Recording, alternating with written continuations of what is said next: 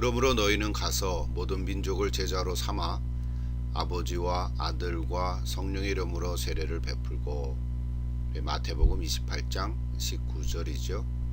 주 예수 그리스도의 은혜와 하나님의 사랑과 성령의 교통하심이 너희 무리와 함께 있을지어다. 고린도후서 13장 13절 말씀입니다. 안녕하세요. 오늘 10월 12일 월요일 강의를 시작합니다. 오늘의 주제는 삼위일체 하나님에 대한 것입니다. 오늘도 강의를 들으시고 또 느낀 점을 작성해서 10월 16일 밤까지 피드백으로 작성해서 제출하시면 되겠습니다. 그러나 다음 주 주일까지는 요약 과제가 없습니다. 대신에 중간고사를 다음 주 월요일에는 보게 됩니다. 그래서 여러분께서 지난번까지 공부하신 부분들을 다시 한번 잘 이렇게 훑어보시고 준비하시면 될 것 같습니다. 중간고사에 대한 안내는 나중에 다시 자세하게 한번 안내해 드리겠습니다. 자, 오늘도 기독교 조직신학 개론의 목차를 한번 훑어보시고요. 지난주 신론 강의 때 첫 번 부분은 언급을 했고, 나머지 부분에 대해서는 오늘 조금 자세하게 언급을 할 것입니다. 여러분도 책을 가지시고 또 책을 펴시고 같이 읽어가면 좋겠습니다. 또 모든 사람을 위한 신학은 사실 성삼위 하나님에 대해서는 2장 정도 언급을 해 주었는데요. 물론 그 뒤에 14장과 15장 하나님의 뜻과 섭리에 대해서도 연결될 수 있겠는데 사실 이렇게 직접적으로 언급하는 부분은 이렇게 많지 않을 것 같습니다. 어쨌든 여러분께서 참고로 이렇게 보시면 좋겠습니다. 자, 먼저 오늘 삼위일체 강의를 들어가기 전에 한두 가지 말씀을 드리고 싶은데요. 혹시 이제 여러분 가운데 이제 신학을 처음 하셨거나 또 조직 신학을 또 처음 하시거나 혹은 그동안 신앙생활을 하시면서 삼위일체라는 말은 들어봤는데 혹 이렇게 선입견을 가지고 계신 분이 있다면 이번 강의를 통해서 잘 이렇게 내려놓으시기를 바랍니다. 일단 너무 어렵다, 이해하기가 힘들다, 난해하다, 뭐 그런 얘기를 많이 들으셨겠는데, 그렇다고 해서 당황하지 마시고요. 또 이거는 논리적으로 있을 수가 없다, 그렇다고 포기하지도 마시고요. 그러다 보니까 우리 다른 종교나 이단들에 의해서 공격을 받을 때 너무 염려하지 말고, 이거 우리가 갖고 있는 기독교 하나님, 삼위일체 하나님을 우리가 어떻게 이해하고 또 그들이 이렇게 공격에 올 때에 어떻게 우리가 설명해야 되는가, 뭐 너무 염려하지 마시고요. 그래서 우리가 한두 가지만 분명하게 알면 이런 부분들을 우리가 좀 잘 이렇게 해결해 갈 수 있으라고 봅니다. 여러분, 특별히 이슬람교가 우리 기독교를 비판하는 것은 하나님의 유일성을 훼손했다고 그들이 끈질기게 공격하는 거거든요. 그러니까 삼위일체 교리는 후대에 와서 고안된 것이다. 사실 그게 맞지요. 그러나 하나님의 유일성 개념을 왜곡하고 결국에는 신이 셋이다. 그러니까 이제 이슬람교 사람들은 우리 기독교 하나님을 삼신론으로 이렇게 정하고 그렇게 비판하고 있다는 거거든요. 그러니까 우리는 삼신론 믿는 게 아니잖아요. 그래서 여러분 어쨌든 그런 하나 예를 들은 건데요. 그래서 무하마트가 주장했던 그런 코란들을 보면, 코란 여기 5장 116절에 보면 하나님과 예수와 마리아를 예배하기 위해서 니네들이 만들었다, 뭐 이렇게 이제 적어놓고 있거든요. 그러니까 그런 어떤 공격들에 대해서 우리가 삼위일체 잘 모르겠다, 여러분 그렇게 좀 당황하거나 포기하지 않으면 좋겠고요. 또 여호와 증인 같은 사람들이 꼭 얘기하잖아요. 구약의 여호와 하나님, 유일신 하나님, 너희들은 삼위일체 하나님, 성경 어디 있냐, 이렇게 이제 접근해 오거든요. 그래서 그런 것들에 대해서도 특별히 여러분이 이제 우리가 신학을 배우고 또 신학도들이니까 아주 여기 이제 두 번째 보면 성도들에게도 간단하게라도 정리해 줄 수 있도록 이렇게 좀 준비하시면 좋겠다, 이런 얘기를 제가 썼습니다. 여러분, 삼위일체라는 용어가 성경에 나오지 않는 건 당연하잖아요. 신학적인 용어니까 그러는 거죠.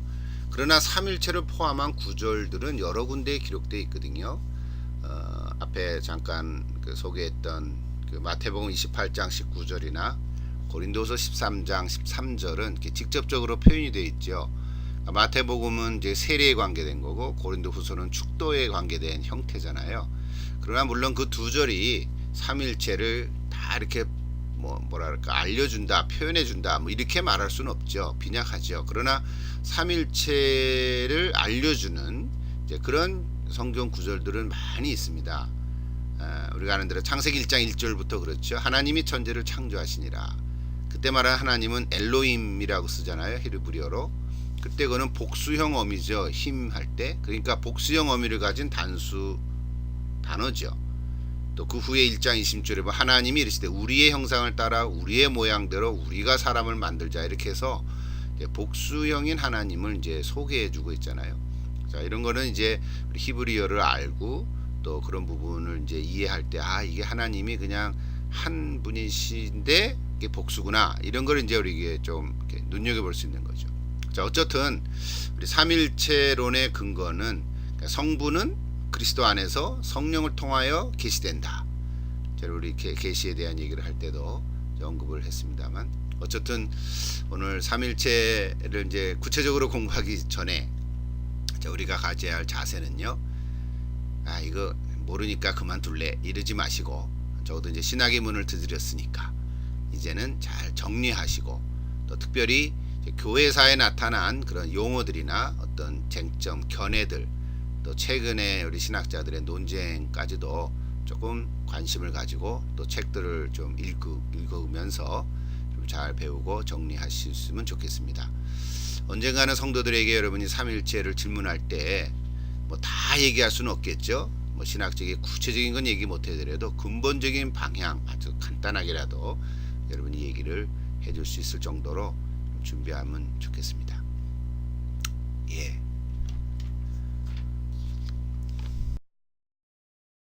자, 오늘 강의의 그 흐름을 이렇게 또 좀 정리해봤는데요. 첫째는 삼일체론의 성경적인 뿌리, 즉 성서적 기초는 무엇이 있는가. 또 특별히 고전적 삼일체론이라고 이제 표현했는데요. 이거는 뭐 너무 광범위하고 또 여러분 교회사를 공부하거나 특히 기독교 사상사라든지 특별히 최근에는 삼일체론 해서 따로 떼서 요즘엔 더 많이 또 논의가 되기 시작을 했습니다. 그래서 뭐 주변에 이렇게 관심만 있으면 좋은 책들이 많이 있거든요. 그래서 그런 것들을 좀 읽어 가시면서 이렇게 덮어놓고 포기하거나 뭐 그러지 마시고 잘 따라서 이렇게 이미 우리의 그 선조들이 또 이미 많은 학자들이 또 생각하고 정리해 놓은 것들이 많기 때문에 여러분들이 잘 일단은 이해해 가도록 노력을 하면 좋겠습니다. 그 다음에 이제 마지막으로 밀려니가 제안하는 우리 필수 교재니까 거기 140에서 마지막 66페이지까지 보시면 한 세 가지를 또 특별하게 이제 좀 재진술을 하고 또 우리 지난번에 했던 그 신론에 대해 하나님의 속성에 대해서도 이제 밀려리의 그 삼일체론적 관점에서 본 이야기들을 이제 쓰고 있습니다. 마지막으로 하나님의 선택하시는 은혜에서 삼일체론적 선택론 뭐 이렇게 얘기할 수 있겠는데요. 이미 여러분들이 책을 읽었으니까 또 요약을 다 쓰셨기 때문에 내용은 뭔지를 잘 알 수 있을 것입니다. 자, 오늘 강의의 흐름을 보시고 또 재미있게 또 유익하게 삼일체론을 한번 좀 정리할 수 있으면 좋겠습니다. 첫 번째, 삼일체론의 성경적 뿌리 기초는 뭘까? 뭐 삼일체론의 성경적 기초를 여기 밀요리는 뭐라고 표현하냐면요. 그거는 삼일체론적 하나의 유형이다 이렇게 얘기를 합니다. 유형이라는 말은 그러니까 이런 얘기죠. 그러니까 성경에 나타났다. 즉 구약 성경에 예시되어 있고 삼일체론, 삼일체 하나님이 이미 구약 성경에 나타나 있고 그리고 신약에 와서도 예수 그리스도를 통해서 그 십자가의 구원이죠. 그리고 또 성령의 그러니까 교회 시대라고 볼 수 있죠. 승천하신 이후에 성령의 새롭게 하시는 그런 역사 활동 속에서 이미 삼일체론의 하나님이 나타나 있다. 뭐 이렇게 얘기를 이제 한다는 거죠. 그러니까 단순히 성경 구절 하나하나가 성경적인 기초라는 의미가 아니라 성경 전반에 나타나 있는 하나의 그 유형으로 이제 본다는 거죠. 그래서 유일신이시지만은 단일신은 아니다 이거죠. 그런 표현들을 여러분 좀 눈여겨보시고, 또 책에 다 써 있으니까 그리고 또 하나님의 현존 방식은 사랑이시다 뭐 이런 표현을 쓰거든요. 그 말은 나중에 또 좀 언급이 되겠습니다만, 성부와 성자와 성령, 우리가 세 하나님의 모습을 얘기하는데 그 세 하나님과의 관계는 정말 사랑으로 이렇게 연결되어 있다, 그렇게 얘기하는 거죠. 그래서 뗄 수가 없다, 분리될 수가 없다. 그러니까 본래적으로 하나님의 사랑, 우리가 얘기하는 성부 하나님은 사랑의 본체시다 뭐 이렇게 얘기하거든요.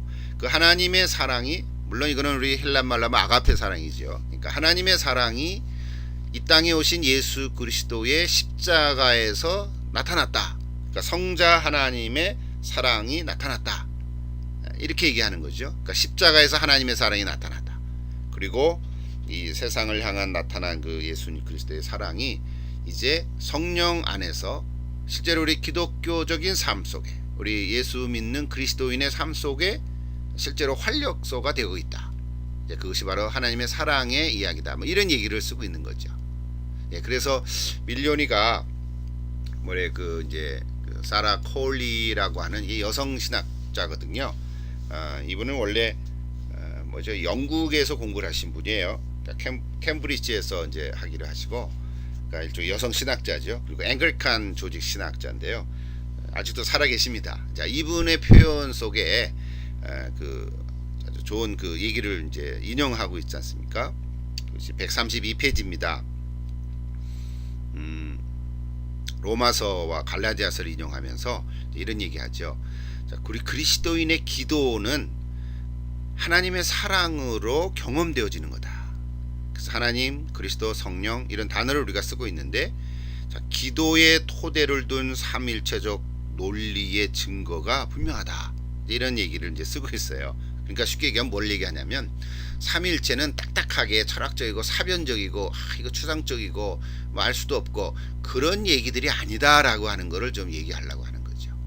자, 우리는 뭐 제대로 공부를 못할 수도 있고 접근할 기회가 없었을 수도 있겠지만, 또 다 우리들의 책임이기도 하겠지만은요, 삼일체 하면 딱딱해, 이거 잘 이해 못해, 모르겠어, 어떻게 셋이 하나야, 뭐 이렇게 자꾸 접근하다 보니까 삼일체가 이해가 잘 안 되고 사변적이 되고 또 추상적이 됐다는 거죠. 그러니까 그렇게 접근하지 말고 실제로 우리의 삶 속에서 실제로 우리가 기도하는 가운데 삼일체 하나님이 경험되어진다, 이런 얘기를 지금 이 사라 콜리가 지금 이제 하려고 하는 거예요. 여러분도 동의할 수 있을 거라고 생각하고요. 그래서 하나님의 사랑은 성령의 권능 안에서 예수 그리스도를 통해 세상에 나타나며 그러한 사랑을 실제적으로 경험하는 그리스도인의 삶 속에서 드러난다. 이거 뭐 삼일체라는 용어 하나도 안 써도 말이죠. 우리가 일반적으로 신앙생활 하는데 실제로 표현하는 그런 문장들이잖아요. 그러니까 그런 것이 사실은 이 삼일체론적인 유형 안에 다 들어와 있다, 이렇게 지금 접근해 가려고 하는 것이죠. 그래서 이제 잠깐 경륜적 삼일체, 내재적 삼일체라는 그런 용어를 이렇게 좀 언급하고 있는데요. 그거는 이제 나중에 좀 더 자세하게 설명하겠지만, 일단 정의만 내려보면요, 경륜적 삼일체란 구원의 경륜에 드러난 성부, 성자, 성령의 하나이면서도 삼중적인 작용이다. 말을 이해하시겠어요? 또 내재적 삼일체라는 것은 그렇게 하나님의 존재 안에서 드러난 이 모습이 이제 그 위격들의 영원한 구별 속에 나타난다, 뭐 이런 얘기를 지금 하고 있는 거죠. 아직 좀 더 자세하게 얘기할게요. 여기는 지금 그렇게만 얘기를 하고 있는데, 자, 그래서 어쨌든요, 삼일체 신학은 하나님이 성령 안에서 그리스도를 통해, 이런 표현을 좀 여러분 눈여겨보고 이렇게 좀 밑줄을 긋고 정리를 해놓으면 좋겠어요. 자, 하나님이 성령 안에서 그리스도를 통해서 우리와 관계를 맺으신다. 이것이 삼일체 신학의 출발점이다. 좀 이렇게 정리를 할 수 있습니다. 자, 여러분께서 우리 그 몇 페이지 안 되는 부분들이니까 여러분께서 그 부분을 좀 잘 읽으시고 좀 이해해 가시면 될 것 같습니다. 자, 그 다음 페이지로 넘어가 보죠. 자, 이제 고전적 삼일체론이다. 이제 밀려리 그 신학자도 고전적 삼일체론 해가지고 챕터를 이렇게 언급을 했거든요. 근데 조금 뭐랄까 기본적이라고 할까요? 처음으로 기독교 조직신학을 공부하는 이들을 위해서 조금 용어라든지 기본적인 삼일체를 좀 이렇게 소개를 할게요. 이미 공부를 많이 하신 분들은 다 알고 있는 얘기들일 수 있지만 잘 처음으로 접하시는 분들은 우리 맥그레스의 신학이란 무엇인가라는 그 부분에 삼일체 하나님 챕터를 가시면 거의 한 30페이지 정도 할애하고 있거든요. 그 부분을 읽어보시면 잘 이해해 갈 수 있으라고 봅니다. 거기 먼저 삼일체론의 역사 이렇게 해서 용어들을 이제 얘기하고 있는데요. 우리가 삼일체를 이해할 때 참 힘든 부분 중에 하나가 뭐냐면 이런 용어들입니다. 그래서 이 용어들을 우리가 참 어떻게 이해를 해야 되는데 그 용어들이라는 게 옛날에 특히 고대 시대에 살았던 교부들 그런 신학자들이 고민하다가 만들어낸 말들이거든요. 예. 그러니까 요즘에는 컴퓨터를 너무 우리 잘 알잖아요. 예. SNS 하면은 너무 잘 알잖아요. 근데 옛날에는 이런 단어 없었지 않습니까? 마찬가지로 그때 당시에 썼던 이런 용어들을 우리가 좀 이해할 필요가 있죠. 먼저 첫째로 라틴어로 되어 있는데요. 우리가 아는 삼일체는 트리니타스라고 되어 있죠. 트리니타스. 영어로 거기서 트리니티가 나왔고요. 거기 삼위 일체. 우리 한자 말로는 정확한데 위가 세 개인데 체가 하나다. 그러니까 위격 위라는 거는 라틴 말로 페르조나 이렇게 썼거든요. 근데 이 페르조나라는 말의 그 원래 의미는 뭐냐면 이게 가면이라는 뜻이에요. 다 얘기하긴 너무 시간이 부족할 테니까 이것이 영어의 person이 됐긴 했지만 그러니까 person이 됐기 때문에 우리가 오해를 많이 해왔는데 실제로 페르조나는 연극을 할 때 가면을 쓰니까 속에 있는 사람은 원래 인간 한 사람이지만 그 연극의 역할을 다양한 그 역할을 하게 되니까 그 맡은 역할에 따라서 가면이 달라지고요. 그래서 그 역할이라는 의미가 생긴 거죠. 그래서 이 페르조나라는 단어를 맨 먼저 그 터툴리아누스, 그러니까 테르투리아누스, 터툴리안이라고 하죠. 그분이 이 용어를 처음으로 사용하게 된 거죠. 그래서 우리가 뭐랄까요? 그러니까 이 가면은 역할은 여러 가지지만 실제 배우는 한 사람이잖아요. 그렇게 이해하다 보니까 하나님이 위가 셋이지만 실제로는 한 분이시다. 이렇게 이제 생각을 해가게 된 거거든요. 자, 거기까지만 했으면 좋은데 이것이 이제 역사적으로 많은 잘못된 이해들이 생겼기 때문에 오늘날에 우리가 어려워진 거란 말이죠. 이렇게 좀 이해를 하시고 또 하나 라틴 말로 substantia 이게 이제 실체라는 라틴 말인데 영어로 substance 이렇게 쓰죠. 뭐 실체, 본체 이렇게도 쓰는데 자 이거는 뭡니까? 그냥 글자 그대로 실체죠. 어떤 물건, 물체의 본질, 본체 이렇게 얘기할 수 있는 건데 자 그러니까 이 위격과 실체는 다른 거라는 거죠. 예. 자 그런 단어들을 이제 용어들을 이제 써가기 시작한 거죠. 그래서 삼일체 개념들이 이제 등장하기 시작했는데 크게 두 가지만 소개를 합니다. 하나는 상호 내주 말이 좀 이해가 됩니까? 상호 서로 왔다 갔다 한다 이런 얘기죠. 그러니까 그 영어로 보면 mutual interpenetration 그러니까 상호 침투한다는 거죠. 마치 삼투압 작용처럼 여러분 생물학적으로 보면은 세포 안에 삼투압으로 이렇게 왔다 갔다 하잖아요. 그런 것처럼 상호 내주, 상호 침투. 근데 개념을 설명하면서 이건 헬라어 말인데요. 페리코레시스라고 하는 단어를 이제 또 사용한 거예요. 우리 용어로 이제 쓰게 된 거죠. 자, 그것을 이제 우리 한국말로 윤무 한자어죠. 한무주 윤무. 윤무가 뭐냐면 여러분 그 춤추는 그 댄서들이 한 사람이 춤을 출 수도 있지만 여러 사람이 춤을 출 때 손에 손을 잡고 마치 우리 한국식의 강강수월래 같은 춤을 출 때 손에 손을 잡고 이렇게 여인들이 우리 한복을 입고 막 이렇게 빙글빙글 돌면서 춤을 추지 않습니까? 그런 걸 멀리서 이렇게 관점으로만 이렇게 사진을 찍어 보면은 마치 한 사람처럼 이렇게 빙글빙글 돌아가는 한 원 같이 보이잖아요. 마치 그 용어라는 거예요. 윤무. 그래서 이게 그러니까 춤추는 그런 뭐죠? 춤추는 여인들을 표현하는 건데, 그래서 요 단어를 이용하면서 이제 요즘 말로는 뭐라 하냐면 one in relationship 또는 oneness in relationship, 관계 속에서 하나다. 요 아주 페리코레시스라고 하는 단어를 이제 우리가 사용하고 있습니다. 저도 옛날에 그 논문을 쓸 때 삼일체 그 이론을 이제 그 한 챕터에다가 제 논문에다가 써야만 냈었는데, 그때 페리콜레소스를 인용을 했어요. 그래서 단어를 이용하면서 삼일체가 이제 관계 속에서 하나다. 뭐 이런 이제 의미로 이제 접근해 가는 거죠. 좀 이해가 됐습니까? 그러니까 상호 내주 이론, 상호 침투 혹은 뭐 내주 침투 이론이다. 또 페리코레시스, 이 단어를 여러분 한번 좀 이렇게 염두에 두시고, 또 나중에 삼일체론을 얘기할 때 이 단어 하나만 잘 정리를 해도 여러분이 좀 그 의미를 이제 캐치할 수 있으라고 봅니다. 자, 이것은 옛날 영어죠. 6세기에 때 사용했던 얘기니까 여러분 그렇게 좀 이해를 하시고요. 또 최근에 학자들도 다 지금 기록을 할 수 없습니다만은, 또 레오나르도 보프라는 신학자라든지요, 또는 라구나라는 그 여성 신학자라든지 이런 분들이 자기 책에 이 이론들을 많이 또 이렇게 언급하고 또 실제로 이제 적용해 가고 있습니다. 또 하나를 더 얘기하면 전유 이론이다, 뭐 이런 표현 썼어요. 전유는 귀속이다, 이런 얘기인데요. 자, 이 페리코레시스의 그 개념이 이해가 됐는데, 이제 거기서부터 이제 나온 것인데요. 전유라고 하는 건 appropriation, 제가 영어로는 거기 표현을 안 했습니다만 appropriation이라는 그 이야기인데요. 그게 뭐냐면, 창조 사역은 성부 하나님 혼자만 다 담당한 게 아니라 성부와 성자와 성령이 다 함께 참여한 일이다, 이런 의미인 거예요. 그러니까 성부 홀로 창조 사역을 했다, 이게 아니라는 거예요.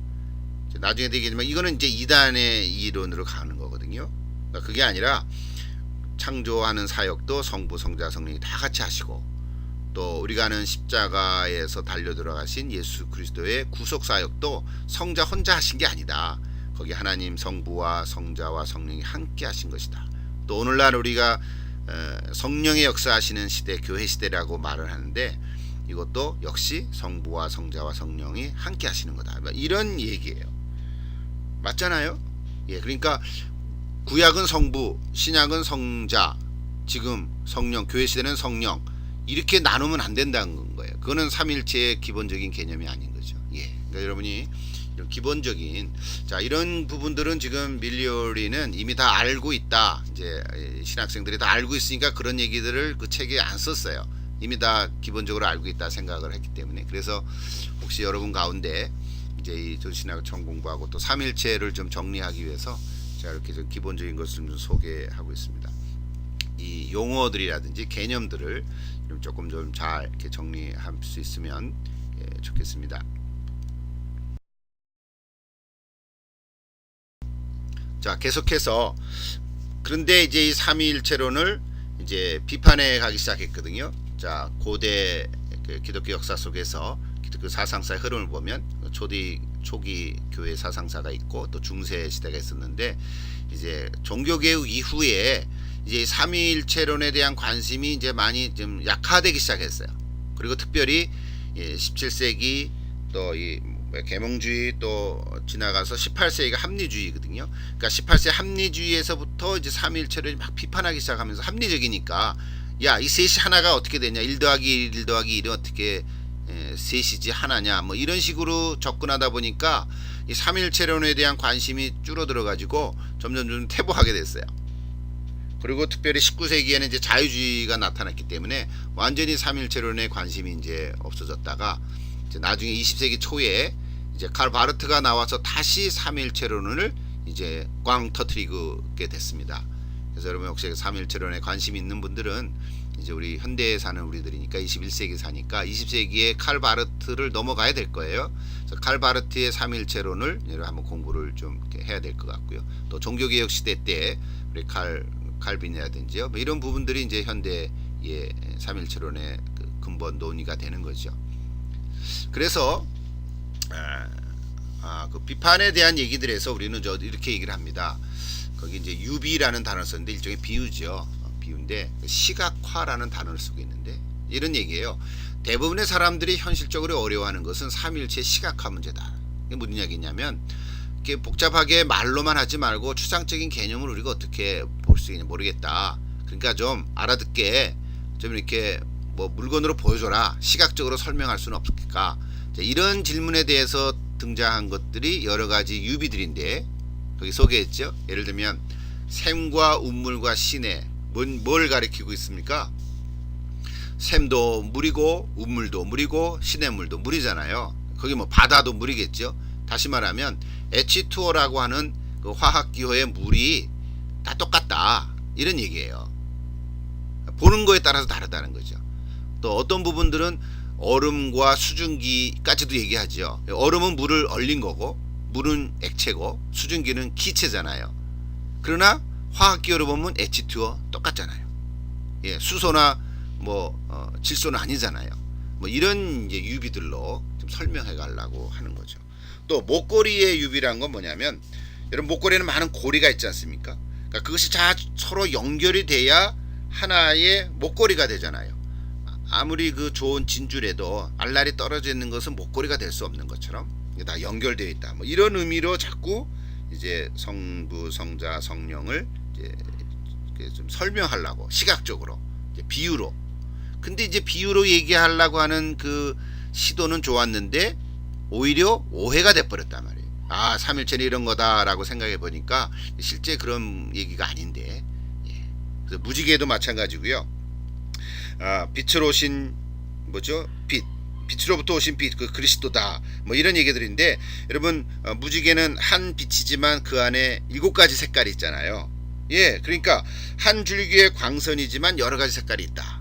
뭐 이런 게 이제 무지개의 그 속성의 이야기인데 그걸 가지고 이제 삼일체를 설명하려고 접근해 가니까 이게 사실은요. 여기 밑에 썼지만 이게 양태론이라고 하는 그 이단에 빠지게 되고 마는 거죠. 나중에 더 자세히 얘기를 좀 하겠습니다만 그래서 우리들이 삼일체 잘 모르겠다.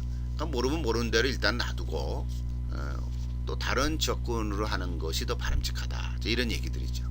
그래서 이런 그 잘못된 유비들은 저도 옛날이라기보다 이제 주일학교 때 말이죠. 삼일체 그런 단어를 듣고 그래서 우리 주일학교 선생님한테 질문한 적이 있어요. 그랬더니 그때 제가 들은 얘기들은 다 이런 것들이에요. 뭐 H2O도 있고요. 뭐 태양도 있고 태양이 해잖아요. 태양이 있고 거기에 열이 있고 빛이 나오지 않습니까? 그럼 태양은 성부, 빛은 성자. 그리스도가 빛이라 그러니까 성령은 열 뜨거워. 뭐 이런 식의.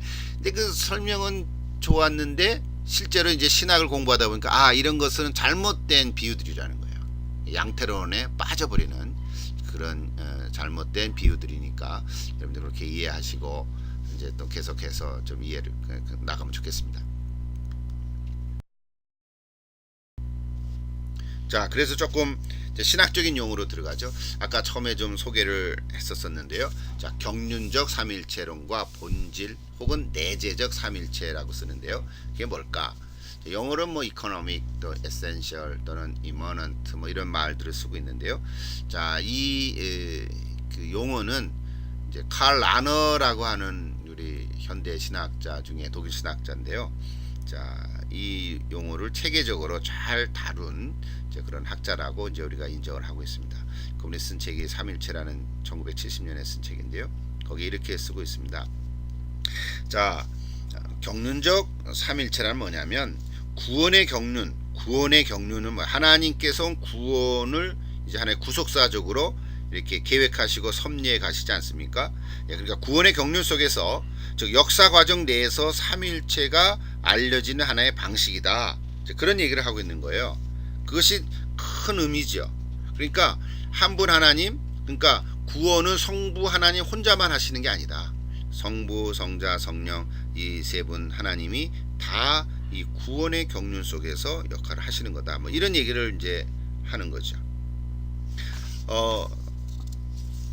그래서 경륜적 삼일체론은 동시에 내재적 삼일체론이다. 내재적 삼일체다. 또 이렇게까지도 얘기하는 거거든요. 그러니까 사실 이 두 가지가 사실은 그 같은 거죠. 그러니까 다른 게 아니라 한 분 하나님을 이해하는 두 개의 다른 방식이다. 뭐 이런 얘기를 하는 것입니다. 그러니까 내재적 삼일체라는 것은 시간과 공간이라는 제한 조건 밖에서 그 하나님을 체계적으로 설명하려는 시도라고 볼 수 있는 거죠. 이렇게 얘기해도 잘 힘들죠. 그래서 결국은 이 칼라너가 뭐라 그러냐면 경륜적 삼일체는 내재적 삼일체며 내재적 삼일체는 경륜적 삼일치다. 그게 그거다. 공리를 하나 세웠는데요. 뭐 어쨌든 우리는 그렇게 좀 이해를 하면 좋겠어요. 좀 이해가 되시는지요? 자, 구원의 경륜을 통해서 일하시는 하나님은 실제로 하나님이 존재하는 방식에 상응한다. 제가 그냥 읽어본 거예요. 자, 이 둘은 동일한 하나님이다. 하나님은 그 본질에서 삼중적이며 따라서 하나님의 자기 소통은 삼중의 형태를 띈다. 하나님의 자기 계시는 하나님의 본질적 속성에 상응한다. 구원의 경륜을 통해 나타난 하나님의 행위에 대한 인간의 경험은 또 하나님의 내적 역사와 내재적 삶에 대한 경험이기도 하다. 신적인 관계의 망은 오직 하나뿐이다. 그 말은 별개의 두 형태로 존재한다. 하나는 영원한 형태고 다른 하나는 역사적 형태다. 하나는 역사를 초월하고 다른 하나는 역사의 제한적 요소들에 의해서 형태와 조건이 결정된다. 제가 이 말을 읽어도 이분의 표현이니까 뭐 문장을 따라서 가면 이해가 되는데 좀 실제로 쉬운 말로 제가 얘기하면 이런 거죠. 여러분 그 하나님을 얘기할 때 초월과 내재 이런 표현 썼지 않습니까? 전에 우리 계시론 얘기할 때. 그러니까 경륜적 삼일체는 우리가 다 이해할 수가 없어요. 여러분 하나님의 구원의 경륜 우리가 더 어떻게 다 알겠어요?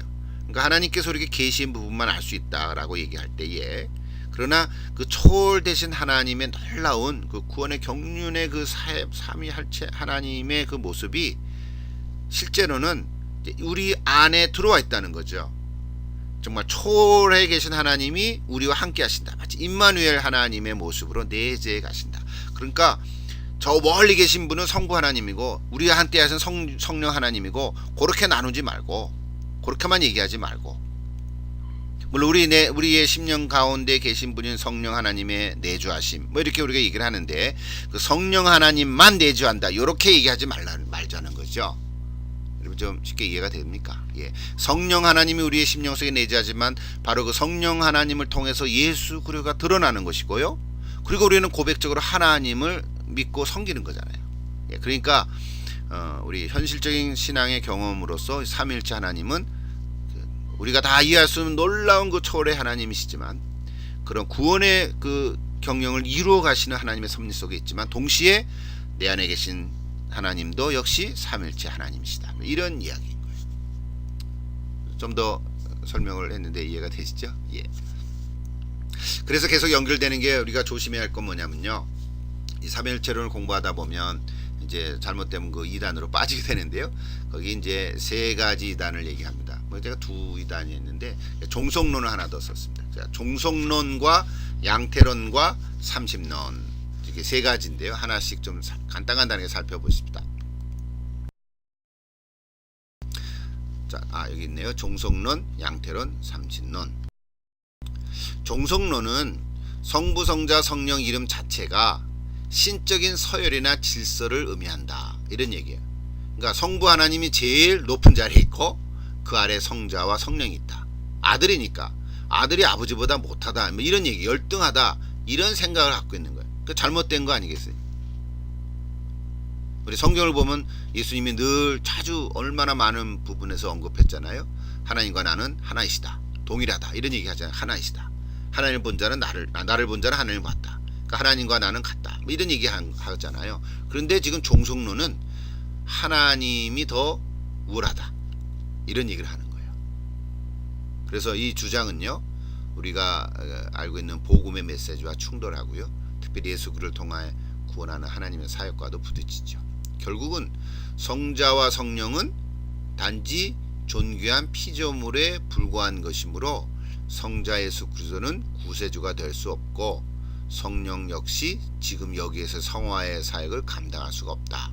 이렇게 귀결되고 많은 것입니다. 그러니까 우리가 종속론은 따라갈 수가 없죠. 또 양태론, 요건 참 애매모호해요. 잘 들어보십시다.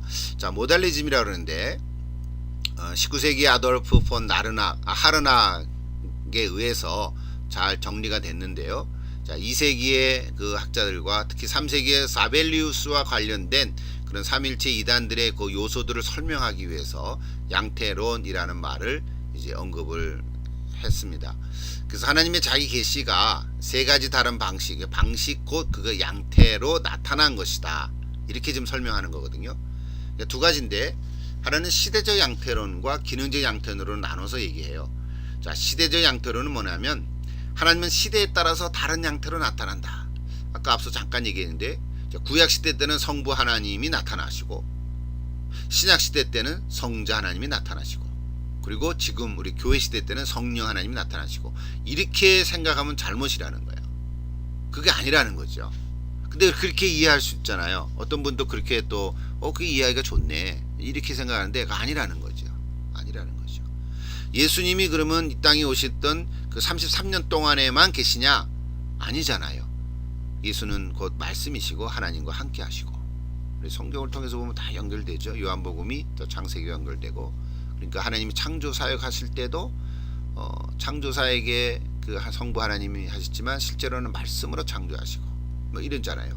그러니까 시대적 양태로는 이거 잘못된 거라는 거예요. 또 기능적 양태로는 하나님이 동일한 때에 다양한 방식으로 활동한다. 뭐 이런 것도 잘못된 거죠. 그 밑에 좀 이렇게 예를 들었는데요. 기능적 양태론의 간단한 형태는 이런 것이다. 성부 하나님은 창조주고 성자 하나님은 구원자고 성령 하나님은 우리를 성화시키는 분이다. 이게 맞는 것 같잖아요. 그런데 이렇게만 얘기하면 잘못이라는 거죠. 이것이 기능적 양태론에 빠져버리는 거죠. 그러니까 성부 하나님은 창조주를 담당하지만 사실 성부 하나님만 창조 사역을 하신 게 아니라 성자 하나님과 성령 하나님 같이 창조 사역도 하시고 구원하신 그 십자가의 사역도 성자 예수 그리스도가 달리셨지만 그 자리에도 하나님이 함께 하시고 그 자리에도 성령이 함께 하셨다는 거예요. 오늘날 우리가 예수 믿고 신앙생활 하는 것도요. 성령 하나님만이 우리는 알아야 되는 거 아니죠. 성부와 성자와 다 같이 하는 거죠. 그러니까 성령 하나님만 강조를 하게 되면 좀 치우칩니다. 그래서 이제 좋은 말로 하면 균형을 잡아가는 거에 대한 균형을 잡아가는 건데 균형을 잡는다 그래가지고 뭐 세 가지 뭐 3분의 1로 쪼개서 이렇게 얘기하라는 의미가 아니고요. 그러니까 치우치지 말라는 그런 의미인 거죠. 예. 좀 이해가 되시죠? 이미 우리가 다 알고 있는 얘기를 이렇게 용어로 설명을 하고 있는 것입니다. 그 다음에 하나 더 보십시다. 30론 나오죠. 트리데이즘 하나님이 셋이다. 우리 한국의 옛날 전서 따라 삼천리 같은 데 보면 삼신 할머니 나오거든요. 이제 그런 얘기는 아니겠지만 자, 신이 세 분이다. 마치 세 분 하나님 같아요. 자, 그래서 잘못되면 삼일체를 각자 독립적이고 자율적이며 동등하면서도 모두가 신성한 세 존재를 모아놓은 것이다. 이렇게 이해하는 거거든요. 자, 우리는 이거 잘못됐다고 분명히 아잖아. 하나님이 어떻게 삼신 세 분의 하나님은 아닌 거예요. 그런데 이게 교묘하게 우리에게 연결될 수 있어요. 그래서 이게 이제 교부들이죠. 카파도기아 교부들 세 분인데 바실리우스 그리고 그레고리우스가 이름이 두 개라서 나지안주스 그레고리우스 니사의 그레고리우스 이렇게 얘기를 하는데요. 자, 그분들의 그 글들 속에서 이 삼신론의 어떤 그 기후가 나타난다 그런 얘기인 거죠. 그래서 세 위격 하나의 실체 이게 하나의 공식인데요. 우리가 이해를 못하고 하고 나중에 이기고 그렇게 이제 그때 당시 1세기 3세기 때 표현해 놨단 말이죠. 자, 그것이 여기 이제 친구분인 아블리우스가 이제 그레고리우스에게 편지를 보냈는데 야 이거는 삼신론 가까운 거 아니냐 삼신론 같다 이런 얘기를 하면서 이제 이 삼신론의 얘기가 나온 거죠.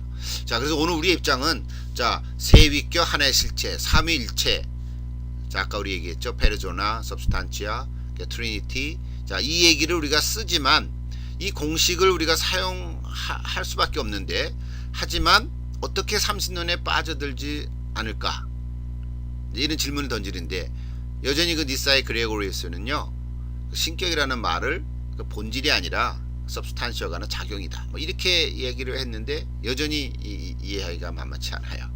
자, 그래서 논의된 것이 뭐냐면요. 여기 675년에 제 11차 톨레도 공의회로 모였습니다. 그때는 공의회라고 그랬죠.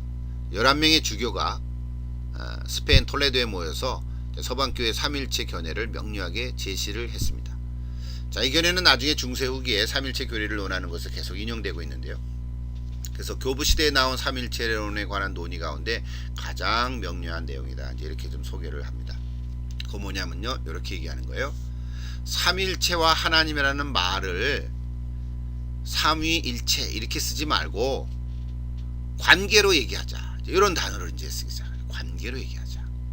그래서 신격, 즉 하나님, 성부, 성자, 성령, 하나님 사이의 관계로 우리가 좀 이야기해보자. 이런 얘기를 여기 이제 톨레도 공회에서 하게 됐습니다.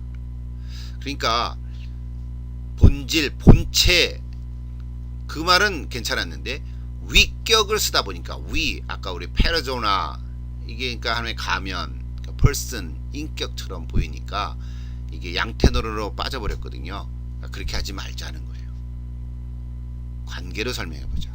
그래서 거룩한 삼일체에 관하여 말하는 방식은 삼중적이라고 말하거나 믿어서는 안 되고 잘못되면 삼신론으로 빠지거든요.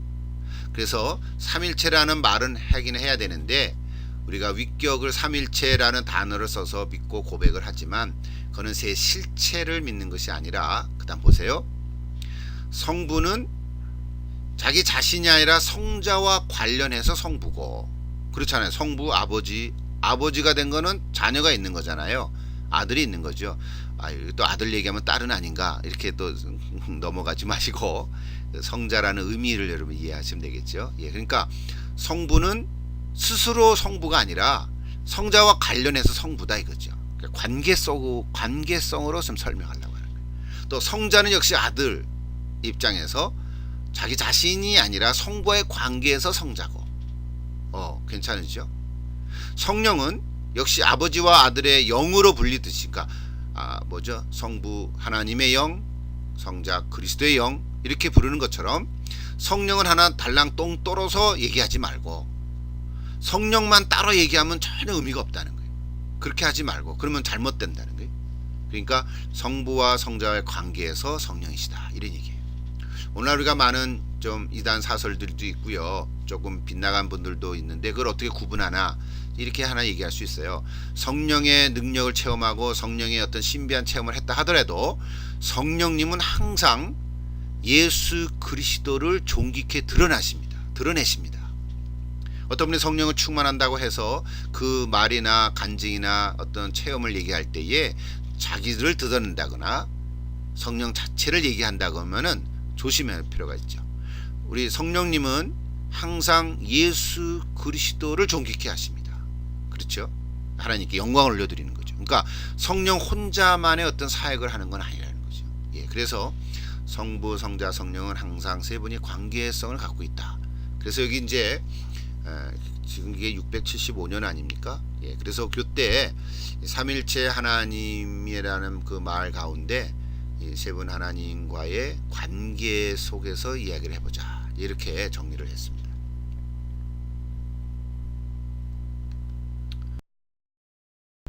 밀려의 책을 보면 한 가지 더 하나 그 공의회를 소개하고 있는 걸 볼 수가 있습니다. 자, 삼일체를 명확하게 정식화한 초기 시대의 교회 공의회인데요. 여러분이 교회사를 공부하면 너무 잘 알지만 이건 기본이니까 기억하고 있으십시오. 니케아 공의회가 325년에 콘스탄티노플이 381년이잖아요. 예, 콘스탄티누스 그 황제가 이제 기독교를 국교로 이제 정하고 선포한 거잖아요. 그때부터 로마 시대가 이제 국교가 됐지 않습니까? 근데 사실은 역사를 보면 국교가 되니까 타락하기 시작한 거예요, 사실은. 자, 그래서 그것을 니케아 콘스탄티노플 교리 이렇게 얘기하거든요. 자, 거기에서 그 회의에서 하나의 본질과 세 구별된 위격 이런 걸 정리를 했습니다. 그래서 일단 공식적으로 삼일체론에 대해서 언급을 했다라고 보는 거죠. 자, 이렇게 정리된 고전적 삼일체론의 방식은 그때 당시에는 신중하게 고안된 개념이지만 이제 우리가 오늘날 볼 때는 여전히 이것이 혼란을 일으켰다. 이제 그렇게 해서 이제 밀련이 책 다시 거꾸로 돌아간 거예요. 자, 그래서 종속록, 양태론, 삼신론에 왜곡된 견해들이 나오게 돼서 그래도 여전히 그럼에도 불구하고 우리는 삼일체론을 주장한다. 왜냐하면 이런 이단들의 잘못된 왜곡된 견해를 우리는 거부할 수 있는 힘이 있기 때문이다. 이제 이렇게 얘기를 하는 거예요. 자, 그렇다면 우리 이미 아는 대로 하나님의 모든 행동은 창조, 구원, 성화의 사역들은 삼일체는 한 분 하나님의 활동이다. 이렇게 말을 해야 한다는 거죠. 아까 이미 얘기했죠. 예, 그 시대적 양태론 빠지지 않아야 되니까. 자, 이러한 삼일체의 근본적인 목적은 어디 있는가? 그것이 바로 하나님의 사랑이 있다. 이것도 아까 좀 언급을 했죠. 예. 세상을 향한 하나님의 사랑은 성령의 권능으로 자신을 내어주고 다른 사람을 긍정하며 공동체를 세우는 사랑이다. 즉 자유롭게 사랑하는, 자유롭게 사랑하는, 자유롭게 사랑한다 그래서요, 이게 무슨 방탕으로 가는 게 절대로 아니에요. 하나님께서는 자유와 사랑이 이게 다 그 안에 있잖아요. 근데 우리 인간들은 자유롭게 마음대로 사랑하라 그러면 이 사람 저 사람 마음대로 사랑하고 이론이 이렇게 곧바로 가버린단 말이에요. 그 죄성이 있기 때문에 그런 게 아니고요. 하나님께서는 자유롭게 사랑하는 100% 완전한 그런 사랑을 하시는 거죠. 자, 이것이 우리가 믿고 섬기는 하나님이시다. 이런 얘기를 하고 있습니다. 여전히 지금 우리가 얘기하고자 하는 건 뭐냐면 이런저런 얘기를 많이 해도 결국에는 삼일체 하나님이 우리가 믿고 있는 바다, 이 기준이다. 자, 내가 알고 잘 모르고 이해가 되고 이해가 안 되고 그거는 그 몫이고 그거는 우리가 이해하는 만큼 이해하는 거고 또 이해할 수 있는 만큼 이해할 수 있는 거잖아요. 그러나 여전히 몰라도 괜찮지만 삼일체 하나님이 우리가 믿고 있는 기준이다, 바다. 이런 것을 우리가 놓치면 안 될 거라고 생각합니다.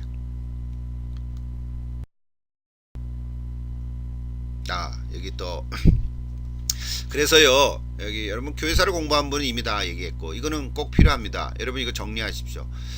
다음 중간고사에 이거를 낼까 해요. 그러나 자, 처음으로 기독교 신학을 접하는 분들을 위해서 여러분 삼일체론하고 관계된 초기 기독교 역사에서는 가장 중요한 그런 사건 중에 하나거든요. 자, 필리오께, 이건 라틴 말이거든요. 논쟁, 이렇게 제목을 붙입니다. 그래서 우리 신학을 공부하신 분들은 좀 희미하게 잊어먹었을지 모르겠어요. 연세가 드신 분들이 옛날에 신학 공부하신 분들은요, 야, 이거 듣긴 들었는데 뭐지? 여러분 또 백지를 하나 놓고 필리오케 논쟁에 대해서 쓰십시오. 그러면은 몇 자 못 쓸지도 있겠는데, 그래서 정리를 다시 하십시오. 확인하시고 또 처음으로 보시는 분들은 좀 잘 정리하고 공부를 해 놓으시고요. 자, 필리오케 논쟁의 핵심이 뭐냐? 아까 얘기했던 320번 니케아 신조에서 그 예수 그리스도의 신성 인성을 이제 그 정리한 거거든요. 그래서 문구와 주요 개념들을 확장하는데 이런 얘기했어요. 그 중에 그 신조의 그 내용 중에 성령을 어떻게 얘기해야 되냐 이 얘기였거든요. 다시 말하면 성령은 아버지로부터 나오신다. 즉 발현이라는 단어 썼어요. 성령은 아버지로부터 나오신 발현하신이라는 그 말로 설명했는데 이것을 9세기에 와서 서방교에서 구조를 수정하게 됐어요. 뭐라고 했냐면 성령은 아버지와 아들로부터 나왔다 해서 아들로부터라는 단어를 첨가했다고요. 그 아들로부터라는 단어가 라틴어로 필리오괴거든요. 그러니까 꾀가 그리고 그 엔드거든요. 필리오, 필로는 아들이고요. 그래서 아들로부터 그리고 아들로부터 그 단어가 첨가했다는 거예요. 이해가 됐지 일단. 그래서 이 성령의 이러한 이중 발언이 이 동방교회 신학자들에게는 동의할 수가 없었어요. 아니다. 성령은 아버지로부터 나오신 거다. 왜 아들로부터를 껴넣냐? 이게 싸움이 된 거예요. 그래서 결국은 이 문제로 꼭 이 문제만은 아니지만 이것이 이제 계기가 돼서 1054년에 동서교회가 분리됐죠. 우리가 지금 믿고 있는 서방교회 로마 캐톨릭으로부터 종교교회 일어난 것이 서방교회고요. 이 동방교회는 여러분 아는 그리스도 정교회로 해서 러시아 쪽으로 들어간 거죠. 예, 그 정교회, 그 둥그런 그 도움 형태로 있는 게 그리스도 그릭 정교회라 그러잖아요. 동서교회가 분리됐죠. 1054년에. 그래서 우리 교회에서는 로마 캐톨릭, 여러분 그냥 캐톨릭이라고 하면 안 됩니다. 중세 때는 반드시 로만이라고 써야 되죠. 로만 캐톨릭, 그리고 우리 뭐죠 프로테스탄티즘 서방 교회 개신교를 프로테스탄티즘 그리고 동방 정교회 그릭 옥서더스 뭐 이렇게 세 개의 흐름이죠. 기독교 뿌리가 이렇게 세 개로 얘기하고 있는데요. 자, 그래서 필리오케 논쟁은 신학적인 쟁점이지만 결국 성령의 오심에 대한 견해가 삼위일체를 어떻게 이해하는가에 대한 동방교회와 서방교회의 논쟁이라는 거예요. 여기서 그걸 다 쓸 수는 없겠는데요. 여러분 꼭 정리를 하고 넘어가십시오. 하나만 더 얘기하고 마칠게요. 그래서 동방교회 서방교회 삼일체 이해를 간단하게 비교하면 이런 얘기예요. 자, 동방교회 입장은 성자는 성부로부터 출생하고 낳고, 그렇죠? 낳다 그랬잖아요. 성자는 하나님으로부터 태어났다. 그리고 성령은 성부로부터 내신다, 보내짐을 받았다. 이렇게 얘기를 하는 게 동방교회예요. 그래서 이 두 용어를 동방교회 그 교부들이 얘기하는 그 이유는요. 성자와 성령이 성부에게서 나오지만 그 방법이 다르다라는 것을 설명하기 위해서 이렇게 따로 했다는 거예요. 용어가 좀 혼란스럽잖아요. 출생한다, 발현한다. 헬란 말로 쓰면 좀 저런 단어들인데요. 그래서 교부들은 이런 생각을 했던 거예요. 아들, 성자는 하나님의 말씀이고 성령은 숨을 내신다. 하나님의 숨. 그래서도 이미지를 사용한 건데요.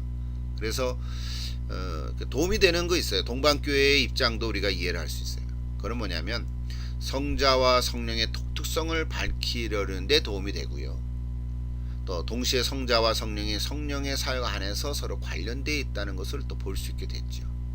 그러나 하나님에게서 성자와 성령이 나오는 방식을 구별하지 못한다면 마치 하나님에게는 두 아들이 있는 결과가 되고 이거는 문제를 가져올 것이다. 이렇게 생각을 했기 때문에 동방교회 교부들은 신학자들은 이렇게 성자는 성부로부터 출생하고 성령은 성으로부터 발현한다. 이런 입장을 이제 주장하고 있는 거죠.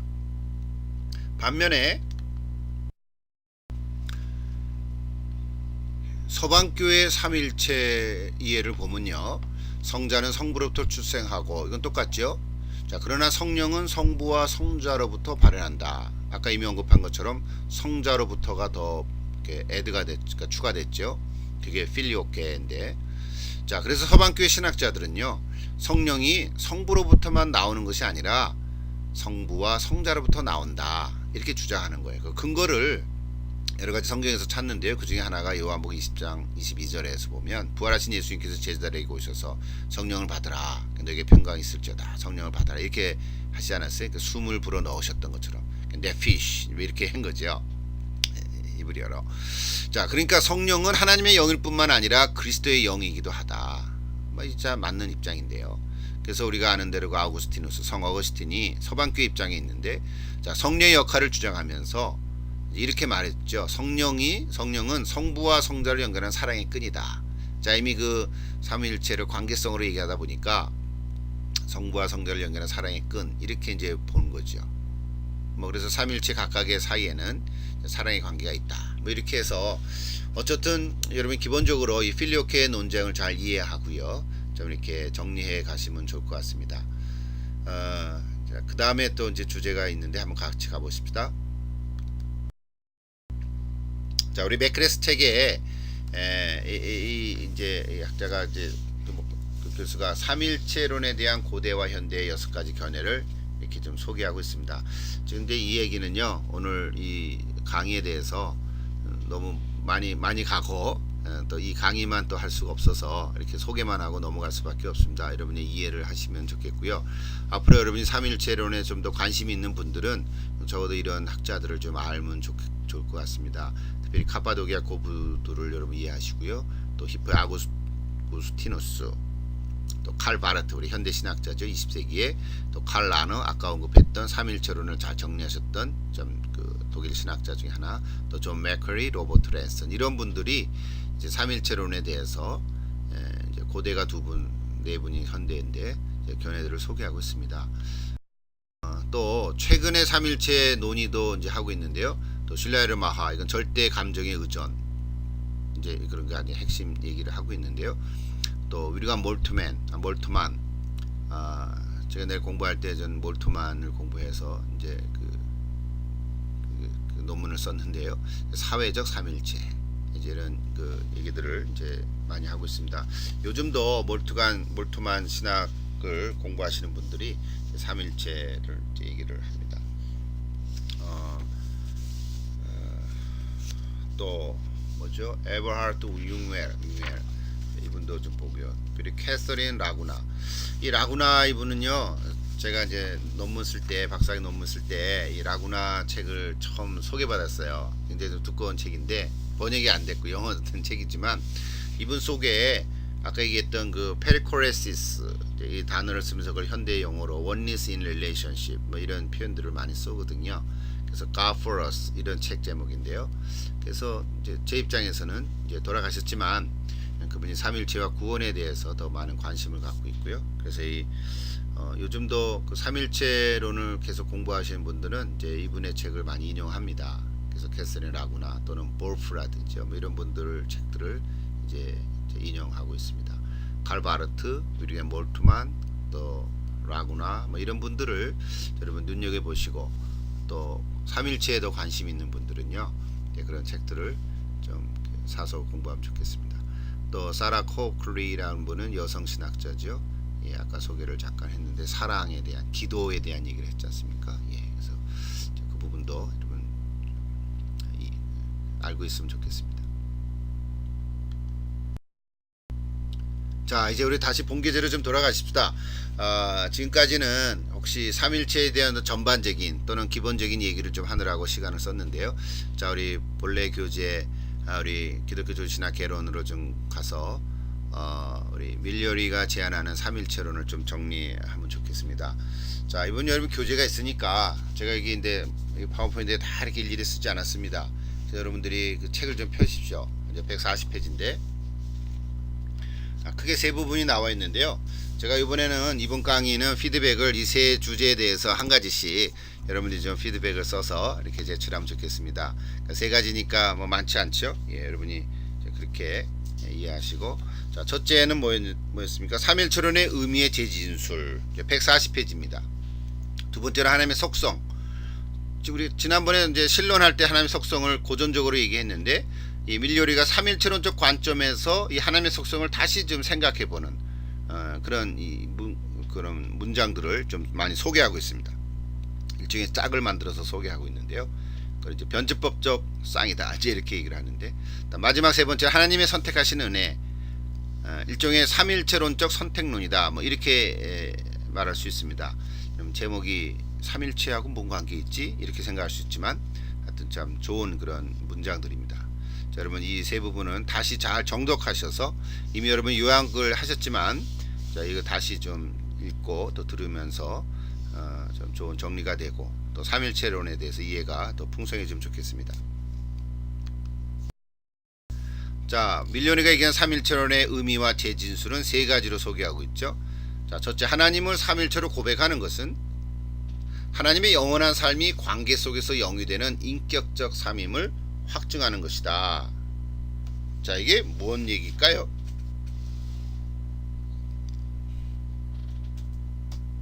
하나님은 관계 속에서 계시다. 그리고 그것은 인격적인 삶이다. 그 얘기를 표현하는 거죠. 그러니까 무슨 얘기냐면 하나님 자신이 이미 영원한 존재이시지만 이미 그 안에 서로의 관계가 있고 서로 그 관계가 사랑이라고 하는 그 어떤 단어 사랑의 그 내용의 관계가 이미 있다. 그 얘기를 하는 거예요. 그러니까 오늘 우리들이 하나님을 삼위일체 하나님이라고 고백할 때는 뭐가 이미 들어와 있냐면 관계성이 있다는 거예요. 그리고 우리 지난번 신론에 얘기했을 때 하나님은 인격적인 하나님이신가 이런 얘기를 우리 했지 않습니까? 그러니까 하나님은 비인격적이다. 천지를 창조하시고 그냥 내깔려뒀다. 그렇게 되면 어떻게 될까요? 그건 이신론으로 빠지는 거죠. 그러니까 하나님은 천지를 창조하시고 이 역사에 개입하시고 우리 한 사람 한 사람에게 관심을 가지시고 인격적으로 우리를 대해 주시고 또 우리의 심령 안에 거하시는 성령님은 인격적인 모습이 있고 그래서 우리가 하나님 말씀대로 살지 않으면 그 내 안에 계신 성령님은 근심하시기도 하고요. 뭐 이런 얘기 우리가 이제 고백하잖아요. 그러니까 마치 우리가 삼일체 하나님 이런 말로 우리가 이야기를 할 때 이해는 잘 안 되지만, 그러나 하나 분명한 건 뭐냐면, 그 하나님이 내 안에 계셔서 이렇게 사랑의 관계를 갖고 계시다, 이거 있다는 거. 이거 있다는 거. 제가 박사학위 논문의 주제는 그 목회 상담하고 썼거든요. 그래서 여기서 얘기해야 이게 적합한지 모르겠습니다만은, 삼일체를 얘기할 때 우리는 셋이 하나다 이런 얘기 하잖아요. 숫자를 얘기하면. 그러면 하나님께서 우리 인간의 삶 속에서 주신 게 뭐냐면, 남자와 여자가 둘이지만 하나니라, 그 얘기 쓰잖아요. 결혼의 의미잖아요. 근데 이거는 창세기 2장에 이미 하나님께서 말씀해 주셨어요. 다시 말하면 창세기 3장에 죄가 들어오는데, 죄가 들어오기 이전에 이미 하나님께서 남자와 여자 사이에, 남자가 부모를 떠나 여자와 합하여 둘이 하나가 될지니라, 이 얘기 하거든요. 그러니까 둘이 하나다, 이 얘기를 마태복음에서 예수님께서 그대로 인용하죠. 그래서 우리가 결혼할 때 주례 때 항상 이 얘기를 꼭 쓰잖아요. 둘이지만 하나다. 여러분 실제로 결혼하신 분들 있죠. 다 우리 학생들 간에 결혼하신 분들이 거의 많은데, 남자와 여자, 남편과 아내인데, 남편과 아내가 분명히 둘 아닙니까? 개체가 둘이잖아요, 인간이. 그런데 성경은 뭐라고 얘기하냐면 둘이 하나이니라, 그렇게 얘기하잖아요. 여러분 한번 고백해 보십시오. 여러분 남편 아내가 계실 때 내가 둘이 하나 맞습니까? 아니 둘은 둘인데 어떻게 하나야? 여러분 만약에 결혼하신 분이 남편과 아내로서, 배우자로서 둘이 하나다라는 것이 고백되지 않으면, 그리고 실제로 경험되지 않으면, 삼일체를 아무리 얘기하고 공부를 하고 논문을 쓰고 책을 많이 읽어도 절대로 체험되지 못할 거예요. 왜냐하면 하나님께서는 이미 삼위 하나님 안에서 그 관계 속에서 하나 된 것을 확증하고 우리에게 보여주셨는데, 그 얘기를 우리 인간에게는 너희는 둘이 하나야 하는 걸 말씀해 주셨거든요. 그래서 오늘 이 시대에 결혼이 깨지는 이유 중에 둘이 하나다라고 하는 거를 아무렇게도 안 생각하는 거죠. 너는 너고 나는 나다, 이렇게 얘기하면 이게 벌써 틀렸다는 거죠. 이거 지금 뭐 이렇게 온라인 상에서 제가 얘기하는 건데요. 결혼 세미나나 부부 세미나 이런 거 할 때 기본적인 얘기 아니겠습니까? 우리 성경적인 기본적인 얘기인데, 너무 이 세상의 가치관이 결혼을 아무렇게나 생각하지 않고, 요즘에는 뭐 동성애 관계도 막 얘기를 하다 보니, 결혼을 얘기하다 보니까, 그리고 반 이상이 이혼하다 보니까 이게 문제가 뭐 심각해졌죠. 가정이 파괴되고 있죠. 그러니까 하나님의 이 원리가 파괴되고 있는 거거든요. 그러니까 둘이 하나다, 이 개념을 우리는 인정 안 하는 거예요. 우리 중에 삼일체로 모르겠다 하는 분은 여러분의 결혼을 돌이켜 보십시오. 우리 둘이지만 하나인가? 너는 너고 나는 나지, 어떻게 둘이 하나냐? 그건 그냥 그게 상징적이냐? 그냥 상징적으로만 생각하는 둘이 하나라는 결혼의 개념이 된다면, 하나님의 삼일체는 더 이해를 못하는 거죠. 제가 좀 이렇게 하나의 적용으로 얘기를 한 건데요. 오늘 이제 첫 번째로 삼일체를, 하나님을 삼일체로 고백하는 것은 하나님의 영원한 삶이 관계성에서 이미 인격적 삶을 확증하는 거다. 이 얘기를 제 경험 속에서, 또 제가 논문 쓰고 공부하는 거 가운데서 결혼 의미, 인터메리지를 제가 얘기했는데, 그래서 하나님의 삼일체로 다시 돌아오면요, 그래서 본질적으로 삼일체는 사랑하는 인격들 간의 교제다. 이게 칼 바르트도 얘기하고요, 칼 라노도 얘기하고요, 이런 얘기하는 거예요.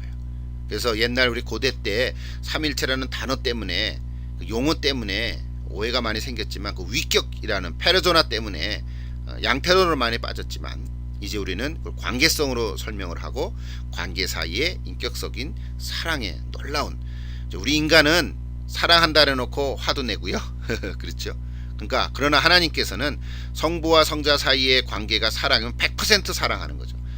성부 하나님은 100% 성자를 사랑하시고, 성자 하나님은 100% 성부를 순종하는 거죠. 그러니까 사랑과 순종의 관계죠. 에베소 4장에 보면 남편들과 아내를 사랑하되 그리스도가 교회를 죽기까지 사랑하라 그랬거든요. 그러니까 남편이 아내를 사랑하는데 죽기까지 사랑하면 문제될 게 하나도 없죠. 또 아내는 남편을 순종하라 그랬거든요. 뭐가 문제냐? 사랑이 먼저예요, 순종이 먼저예요? 깨닫는 사람이 먼저죠. 그러나 남편과 아내 사이에 사랑과 순종이 100%만 되어지면은 그거는 아주 정말 최고의 사랑의 관계죠. 근데 우리 인간은 그렇지 못하다 보니까 이제 이게 문제가 있는 거지만, 삼일체 하나님의 관계는 이 사랑과 순종이 100% 이렇게 되어 있다는 거죠. 자, 이것이 지금 오늘 이제 표현으로 얘기하면, 그 삼일체의 위격들은 관계 속에서 마치 인격적인 정체성을 가진다. 뭐 이런 표현들로 지금 이렇게 이 부분을 쓰고 있는 거예요. 자, 첫 번째 이 재진술, 삼일체 재진술을 여러분 이해하십니까? 관계 속에서 사랑의 인격적인 삶이 확증되는 것이다. 뭐 하나님이 삶이 인격적이겠어요. 이제 그런 말이 아니라 이제 그 관계 속에서 이제 표현해 가는 것입니다. 상호라는 말을 많이 써요. 상호 주체성, 공유된 의식, 신실한 관계성, 사랑의 상호, 관계, 교환, 뭐 이런 얘기들로 지금 이렇게 쓰고 있습니다. 자, 여러분이 이 글들을 읽으시면서 밑에 피드백 벌써 써놨죠. 자, 여러분의 그 세 가지 문장을 읽으면서 여러분 자신의 신앙 고백이 무엇인지 생각해 보면서, 여러분 어떤 부분이 문장들이 나의 신앙 고백과 연결될 수 있는지 피드백에 적어보시면 이렇게 했는데요. 자, 첫 번째만 얘기했는데 두 번째 가보십시다. 하나님을 삼일체로 고백하는 것은 인간의 경험을 통해 이해되는 관계성과 협력성보다 훨씬 더 깊은 교제 속에 하나님이 존재하심을 확증한다 그랬어요. 예. 지금까지 우리 그 전통적 고전적인 그 삼일체 신학에서 사용된 것이 두 가지 유비였잖아요. 심리학적 유비가 있고 사회적 유비가 있었잖아요. 그러니까 우리는 심리학적 유비도 얘기하지만 사회적 유비를 더 얘기하는 거죠. 자, 사회적 유비가 뭐예요? 우리 인간의 삶 속에서 얘기하잖아요. 아까 제가 이미 얘기했던 결혼 관계 속에서 둘이 하나다. 이거 아주 좋은 그런 어떤 열쇠가 될 수 있다고 봐요. 그러나 각각 강점과 약점이 좀 있습니다. 자, 그것도 여러분 좀 이해를 해가시면 좀 읽어보십시오. 제가 뭐 설명 다 안 해도 거기 147페이지에 보시면 아까 얘기했던 그 페리코레소스라는 단어를 소개하고 있습니다. 예, 그 상호 내주 또는 서로의 안에 있는 존재, 이런 얘기했죠. 그 being in one another 이렇게도 표현하고요. 또 서로 둘러싸고 참으로 아름다운 신적인 춤 divine dance, 아까 윤무라고 소개를 했는데, 자, 그러니까 뭐냐면 하나님의 삶을 삼일체적 환대와 사랑의 춤이라고 하는 게 비유로 얘기한 거예요. 그냥 서로 관계를 갖는 거 정도가 아니에요. 너무 환희가 있다는 거예요. 여러분, 남편과 아내가 삶 속에서 환희가 있어야 돼요. 기쁨이 있고, 정말 여기에는 더 숨김이 없고, 정말 내가 너를 볼 때 너무너무 아름답고 사랑이 넘친다. 이게 행복한, 이 세상 가장 행복한 그 자리가 그 부부의 자리라는 거예요. 여러분 지금 신학을 하고 또 신학교에 와서 신학 공부를 하는데요. 여러분 신학을 하는 것보다 더 중요한 건 여러분 가정이, 여러분의 혹시 결혼하신 분이 계시면, 혹시 또 싱글에 있는 분은 또 모르겠지만, 여러분 부부 사이에 진정한 의미에서 사랑과 순종이 있는 것이 하나님을 진짜 잘 섬기는 거예요. 뭐 큰 사역을 하고 업적을 내는 것보다 더 중요한 거예요. 이제 강조하면서 얘기하는 거잖아요. 이것이 다른 거 필요 없다 그런 말이 아니라 이것이 귀하다 이런 얘기를 지금 하는 거죠. 그러니까 놀라운 사랑의 춤을 추는 거예요. 너무 환희가 넘치는 거예요. 여러분 그렇습니까? 혹시 남편 된 분들이요, 아내 된 분들이요, 여러분의 배우자를 한번 보십시오. 아유, 이게 베들레헴이 너무 늘어났네 이렇게 갔습니까? 아이고, 남편을 보면서 아이고 저 사람 내가 믿고 살아왔나 그렇습니까? 아닌 걸 아느냐란 말이에요. 내 상황과 처지와 이 세월이 바뀌어졌다 하더라도, 우리 처음에 여러분 그 결혼할 때 그 여러분 줄에 서신 분들의 이런 고백, 그 주례사를 듣지 않았습니까? 예. 또 성원 선포를 하잖아요. 예.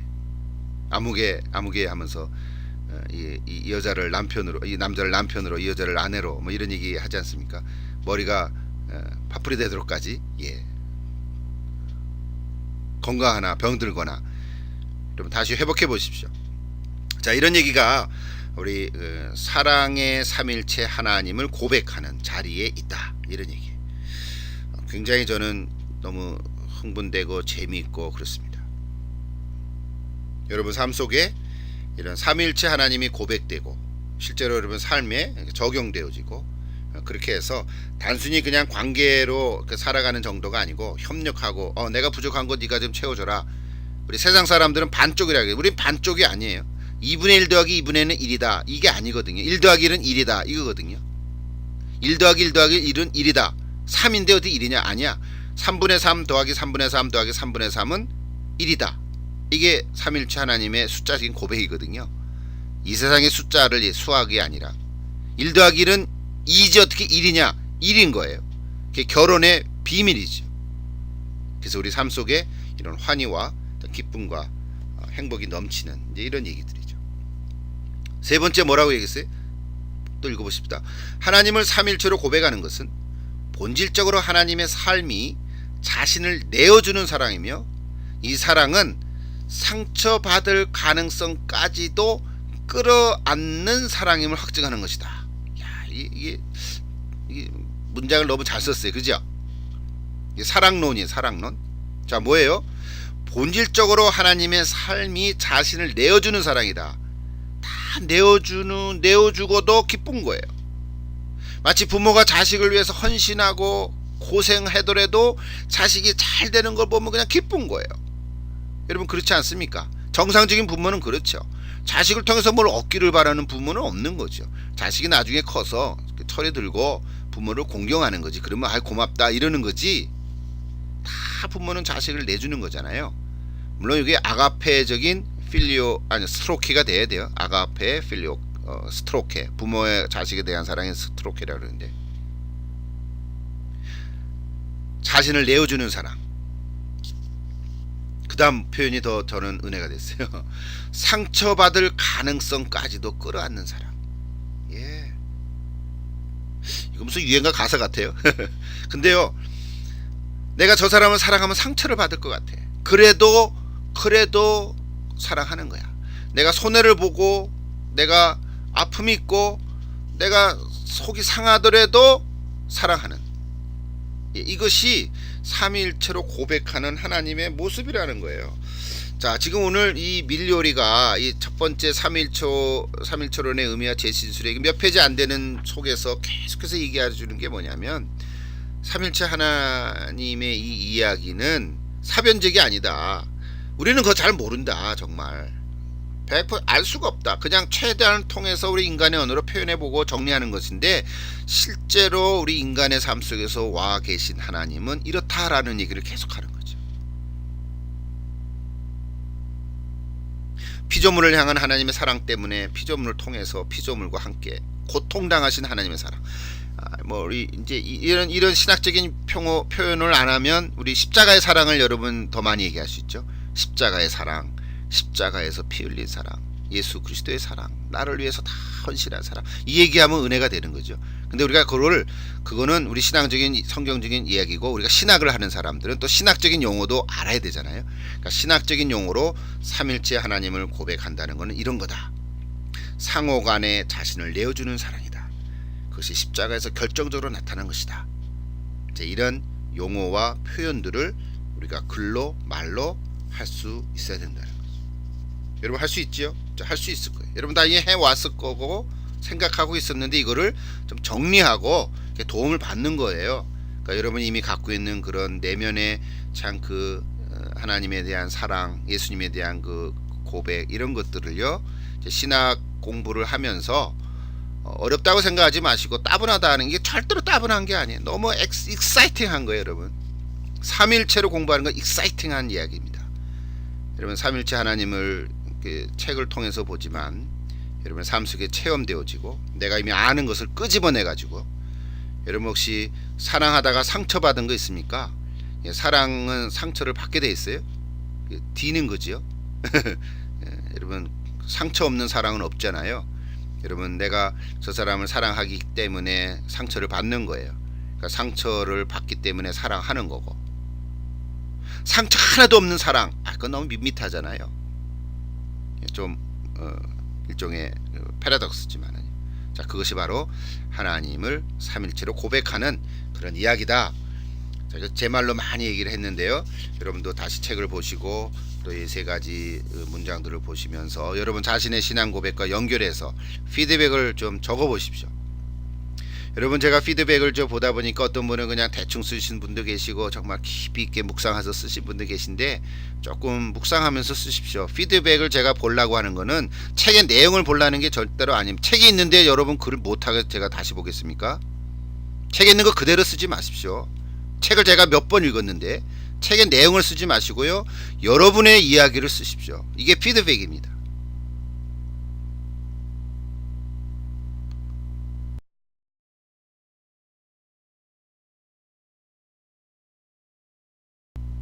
자, 두 번째 필리오가 얘기하는 하나님의 속성. 지난번 신론 속에 신론을 얘기할 때 하나님의 속성 얘기했죠. 비공유적 속성, 공유적 속성. 근데 오늘 여기 필리오리가 삼일체론적 이런 이해를 가지고 하나님의 속성을 다시 표현해 보는 거예요. 그래서 그걸 9가지를 이제 정리를 하는데 열거를 하는데 변증법적 9쌍이다. 뭐 9쌍이라고는 안 그랬죠. 뭐라 그랬죠? 변증법적 하나의 fair 쌍이다. 쌍이라고는 했네요. 예, 변증법적 쌍. theoretical pairs 이렇게 영어로 했는데요. 자, 그 내용들을 쭉 제가 했는데 뭐 이렇게 1, 2, 3, 4, 5, 6, 7, 8, 9 이렇게 쓰진 않았어요. 근데 이제 정리하니까 이렇게 9가지가 됐어요. 자, 여러분 책을 다시 보세요. 그 주제는 이런 거예요. 사랑과 자유. 사랑과 자유가 짝이 맞습니까? 그래서 자유 안에서의 사랑 이렇게 제가 다시 표현해 본 건데요. 사랑함이 곧 자유고 자유가 곧 사랑이다. 이게 마르트가 한 얘기예요. 하나님의 삼일체론적 이해를 해가면 하나님이 누구신가 하나님의 속성을 다시 생각하게 된다는 거예요. 예, 하나님의 사랑과 하나님의 자유. 예, 하나님의 자유라는 항목에 하나님의 사랑이 비추져서 이해될 수 있고, 예, 뭐 그러다 보니까 여기 이제 다 쓰긴 않았지만 은혜와 거룩, 자비와 의, 인내와 지혜 이런 게 다 하나님의 사랑에 속하는 거고요. 통일성과 편재성, 항구성과 전능성, 영원성과 영광 이건 하나님의 자유에 속하는 단어들이라는 거예요. 그래서 자유 안에서 사랑하는 하나님 삼일체 하나님에 대한 지식 없이는 하나님 우리가 알 수가 없다. 그런 얘기를 하는 거죠. 자, 여러분 한번 또 다시 생각해 보십시오. 두 번째 나온 얘기는 뭐야? 은혜와 거룩은 분리할 수 없다. 분리될 수가 없다. 하나님은 거룩하신 분이기 때문에 조그만 죄도 용납할 수가 없는 분이시잖아요. 하나를 죄를 짓건 100가지를 짓건 우리는 다 죄인이에요. 그렇죠? 난 죄가 없어 이런 사람 있습니까? 아니, 없어요. 가만히 있어도 죄인인데. 나는 교통법규 하나도 안 쳤어. 그럴 수는 있지요. 그러나 한 가지만 범해도 죄인이 되는 거죠. 그러니까 하나님은 거룩하신 분이기 때문에 그 죄를 용납할 수가 없어요. 그런데 그것을 이렇게 용서해 주시고 예수 그리스도의 십자가 보혈로 깨끗하게 해주시는 것은 하나님의 은혜다는 거죠. 우리가 한 행동이 하나도 없잖아요. 자, 우리 은혜에 대해서 얘기하려면 하나 없죠. 자, 그러니까 하나님의 거룩성과 하나님의 은혜에 대해서 이게 짝이 어떻게 되냐, 그걸 한번 생각해 보라는 거예요. 그래서 삼일체 하나님의 은혜는 이게 보네포 얘기죠. 값싼 은혜가 아니다. 보네포가 값싼 은혜를 얘기했잖아요. 값싼 은혜가 아니다. 값비싼 은혜다. 마치 우리를 용서해 주신 그 값어치는 예수님의 피값 있죠. 예, 피값이에요.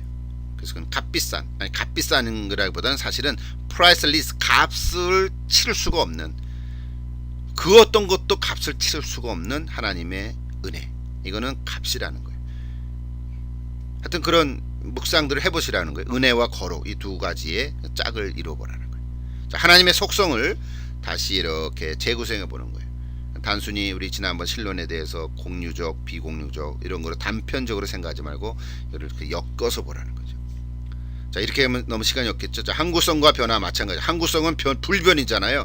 하나님 변화하십니까? 하나님 변화하세요. 하나님 변화하면 됩니까? 변화하지 말아요. 하나님 안 변해서 뭐예요? 변화한 거야, 안 변하는 거야?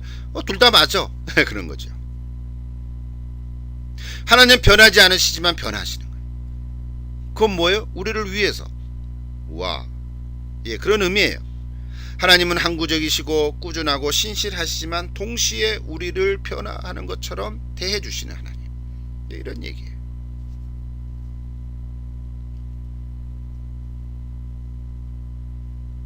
얘들을 많이 들을 수 있는데 어떻게 좀 힘들어요. 예, 가야죠.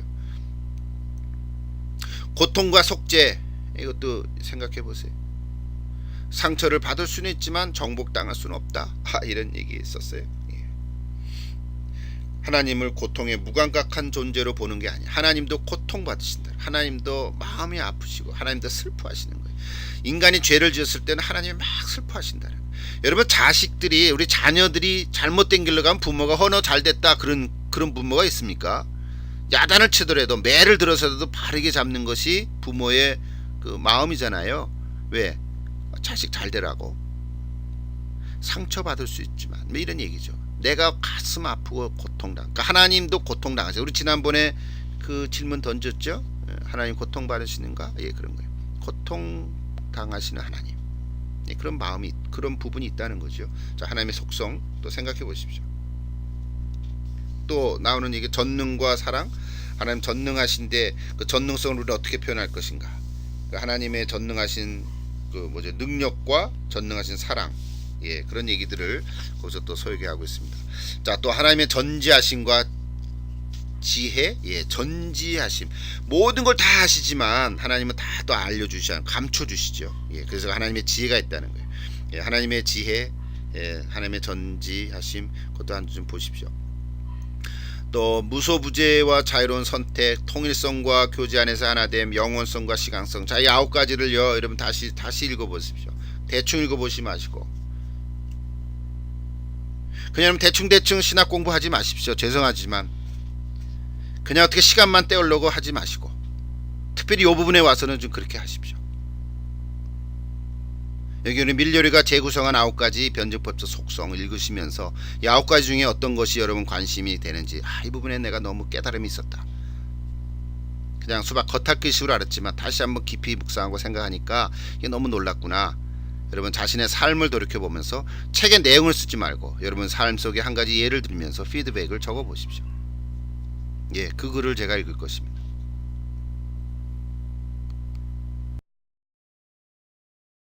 마지막 3번째, 그래서 마지막으로 서술한 제목이 하나님의 선택하시는 은혜입니다.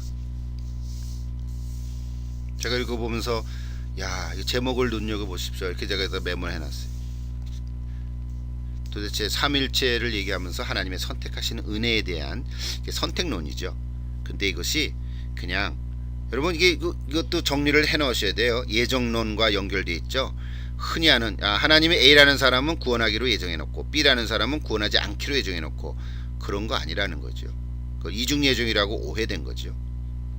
칼빈이 그렇게 얘기하지 않았다는데 그런 문장들은 혹시 있지만 여러분 기독교 강요를 읽어보셨습니까? 전 MD 과정의 논문이 기독교 강요를 칼빈을 제가 논문 썼는데 또 THM 할 때는 몰트만 쓰고요. 여러분 기독교 강의를 꼭 한번 읽어보십시오. 책을 구하시고 2권인데 삼일체론적 선택론인데요. 4가지 항목이 있습니다. 첫째, 선택의 주제는 하나님이시다. 그렇죠. 하나님 마음이죠. 쉽게 얘기하면 예레미야의 토기장이 비유랑 똑같죠. 네가 뭔데, 피조물이 우리를 향해서 예레미야가 얘기하지 않습니까? 네가 뭔데 토기장이를 힐난할 거냐. 하나님이 마음만 대로 깨트려서 다시 만드시죠. 선택의 주제는 하나님이세요. 우리는 알 수가 없어요. 그걸 우리가 작정의 교리 또는 이중 예정론 뭐 이런 얘기를 넣어서 오해를 많이 나타나는데 선택론은 그렇게 이해가 되는 게 아니에요. 잘못되면 하나님 폭군, 여기 폭군이라는 말을 썼잖아요. 하나님은 그런 신 하나님은 아니세요. 하나님은 악한 하나님이시죠. 하나님은 그런 하나님이 아니세요. 그러니까 놀랍죠. 우리는 잘 몰라요. 자유로운 은혜의 하나님이면서 또 사랑 가운데 선택하시는 거죠. 예. 여러분 아브라함을 선택하셔서 하나님이 아브라함을 잘라서 선택했습니까? 아니죠. 그냥 아브라함을 택한 거죠. 이스라엘 백성들이 뭐 하나님 앞에 뭐 아주 뭐 뛰어나기 때문에 선택했나요? 아니죠. 그냥 하나님 선택하신 거죠. 우리가 뭐 하나님 앞에 뭐 잘난 게 많았어서 우리가 뭐 대단해가지고 하나님 우리를 선택해 주셨나? 아닌 거죠. 그냥 하나님이 선택해 주신 거죠. 그러니까 비밀이에요. 이거는 선택의 비밀이 있어요. 사도 바울이 창세전에 나를 예정하사 나를 택하여 이방인의 사도로 삼으셨다고 에베소서에 고백을 했는데요. 그럼 바울의 고백이죠. 창세전에 나를 택했다. 몰라요. 창세전에 어떻게 하나님 나를 택했다는 걸 알 수 있겠어요? 나중에 예수 믿고 하나님의 은혜를 생각해 보니까 야, 이거는 하나님이 옛날부터 정말 나를 예정해서 선택해 주신 거구나 하고 고백한 거지요. 이거는 판단의 기준이 아닌 거지요. 이게 고백이에요. 선택한 사람만이 고백할 수 있는 이야기죠. 그래서 이건 속령이라고 얘기합니다. 자, 어쨌든 선택의 주체는 하나님이십니다. 두 번째는 선택에 관한 우리의 지식의 기초는 바로 측량할 수 없는 하나님의 사랑이며 이 사랑은 예수 그리스도 안에서 드러나며 성령과의 교제 속에서 공유된다. 이게 말은 이렇게 문장으로 썼는데 이해하시죠? 이해할 수 있죠? 예. 선택의 주체가 자유로우신 삼일체 사랑의 삼일체 하나님이시기 때문에 하나님의 선택은 절대로 잘못되지 아니하고 또 하나 우리 인간의 그 자유의지를 부정하지 않는다는 거예요. 우리로 하여금 자유롭게 끝까지 우리의 그 응답하기를 원하시는 거죠. 그게 하나님의 사랑이죠.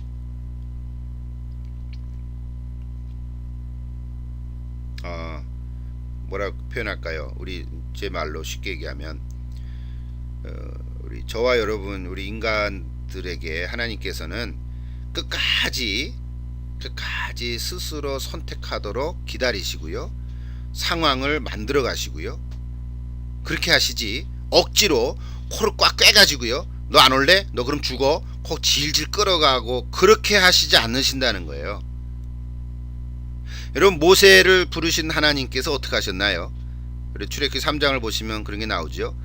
그 불타는 떨기나무 앞에 섰을 때 모세를 하나님 부르시고 그래서 너가 이제 가라 이스라엘 백성을 이제 인도해 내라 그랬더니 모세가 저 못합니다. 쟤는 나이가 80 됐는데 40대 때 부르시죠. 왕자 때 부르시죠. 그때는 내가 힘이 있고 권력이 있었는데 이제는 80년 다 이제 할아버지가 됐습니다. 힘도 없습니다. 못 갑니다. 그때 하나님 뭐라 하셨어요? 그래도 가라. 저 말을 못합니다. 그럼 아론을 붙여줄게. 전 그걸 왜 아론을 붙여주시죠? 모세의 말을 좀 잘하게 만들어 주시지. 근데 하나님 그렇게 안 하세요. 아론을 붙여줄게. 제 능력이 없습니다. 너 가지고 있는 거면 지팡이야. 그 지팡이 던져라. 뱀이 됐죠. 다시 집어라. 또 지팡이가 됐죠. 하나님의 기적 능력을 보여주신 거잖아요. 그래도 못 갑니다. 그래서 마지막에 보면 네 번째가 뭐예요? 하나님이 화를 내서 따라졌어요. 그 과정을 보면요. 출애굽기 3장을 보세요. 하나님이 원하시는 건 뭐냐면 모세로 하여금 예 알겠습니다. 제가 가겠습니다. 그 말을 들으시는 거죠. 듣게끔 하시는 거죠. 결국은 모세가 스스로 예 알겠습니다. 가겠습니다. 하고 스스로 자기의 의지를 사용해서 자유로운 의지를 사용해서 선택하고 결단하고 순종하도록까지 하나님은 기다리셔서 하게 만드시는 거죠. 물론 그렇게 상황을 만드시고 인도하시는 분은 하나님이시지만 결국에는 내가 선택하고 결정하도록 하시는 거라는 거죠. 혹시 여러분 가운데 지금 신학의 문을 두드리시고 내가 신학 공부를 하고 앞으로 하나님 부르심에 순종해서 목사가 되고 선교사가 되고 어떤 사역의 현장으로 가려고 할 때 내가 알아서 가는 거가 아니고 하나님께서 부르시고 선택하셨다면 거기에 내가 선택하고 결정한 거죠. 지금은 내가 잘 모를 수는 있어요. 상황이 밀려서 어떻게 하다 보니까 여기까지 왔네요. 이럴 수는 있어요. 그러나 지금은 그렇더라도 하나님께서는 뭐라고 하시냐면 그건 네가 한 거야. 네가 선택하고 의지로 택한 거야. 이렇게 하나님은 하시기를 원하신다는 거죠. 억지로 하는 게 아니에요. 여러분 억지로 하면 책임이 누구에게 있나요? 억지로 하는 사람에게 있죠. 우리가 자녀를 키울 때도 너 이 공부해라 여기를 가라 저기를 가라 하면 아이들은 뭐라 그러냐면 나중에 그렇게 했을 때 잘 안 됐을 때 실패했을 때 뭐라고 얘기하냐면 엄마가 거기 가라 해서 내가 했는데 안 됐잖아. 책임이 엄마한테 가는 거예요. 우리 부모가 자녀를 키울 때도 마찬가지죠. 도와주는 거고 정보를 주는 거고 이렇게 하는 게 좋겠다. 야 이런 전공이 좋아. 이런 거기 가면 이 학교에 가면 이런 면이 좋아. 이렇게 소개를 하면 선택은 누가 해? 결정은 본인이 하는 거죠. 본인이 선택을 했을 때 잘 되건 안 됐건 본인 책임을 지는 거죠. 이것이 우리 책임 있는 인간의 삶이잖아요.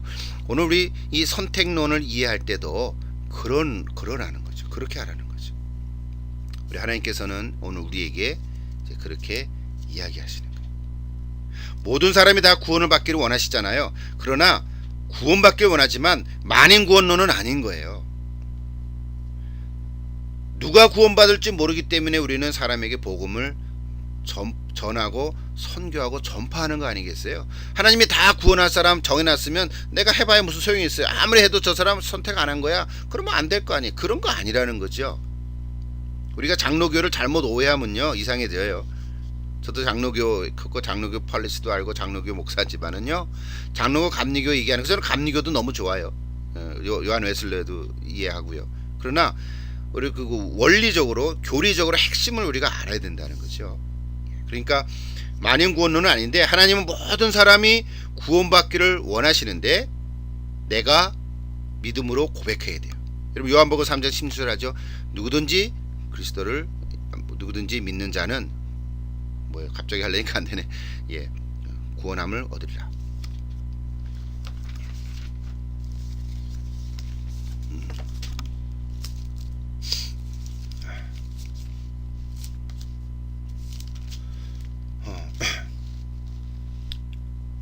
예, 미안해요. 하나님이 세상을 이처럼 사랑하사 독생자를 주셨으니 이는 그를 믿는 자마다 중간부터 하려니까 그를 믿는 자마다 멸망하지 않고 영생을 얻게 하려 하심이라. 우리가 너무 잘 알잖아요. 믿는 자마다 그런 거죠.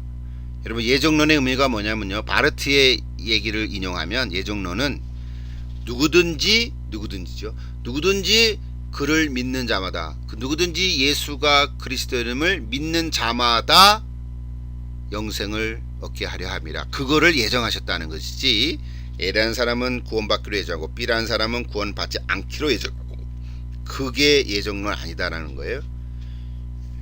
여러분 칼빈도 공부해 보시고 칼 바르트도 읽어보십시오. 우리 예정론 선택론을 잘 이해하면 좋겠습니다. 자 마지막 세 번째죠. 선택론의 목적은 하나님의 백성을 창조하는 것이지 고독한 개인들을 구원함도 아니고 특정한 민족과 인종 집단을 특권화하는 것도 아니다. 예, 충분히 이해될 수 있죠.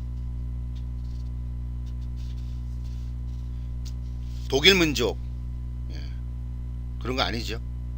이스라엘 민족 그런 것도 아니죠. 우리 한국 민족 그런 것도 아니죠. 우리 하나님의 선택하시는 은혜는 공동체적인 삶의 축복과 책임에 대해서 우리 인간의 마음을 개방시키고자 하는 목적을 가지고 있다. 이렇게 표현을 했어요. 구약에서는 이스라엘 백성이 하나님의 선택의 대상이었죠. 이방 민족들이 많았잖아요. 주변에. 그 이방 민족들도 하나님께서는 다스리고 주관하고 계시죠. 바벨론도 그렇고요. 암몬과 모압도 마찬가지고.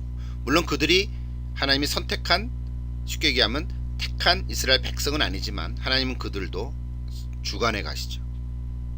샘플로 이스라엘 백성을 택한 거 아니겠어요?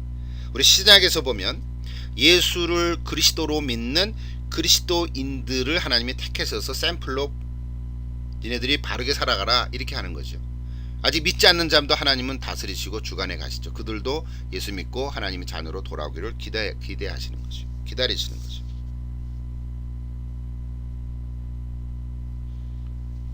여기 어떤 특정한 민족과 인종 집단 특권화하는 거 아니다. 우리 한국 민족만 하나님이 특별히 사랑하는 거 아니잖아요.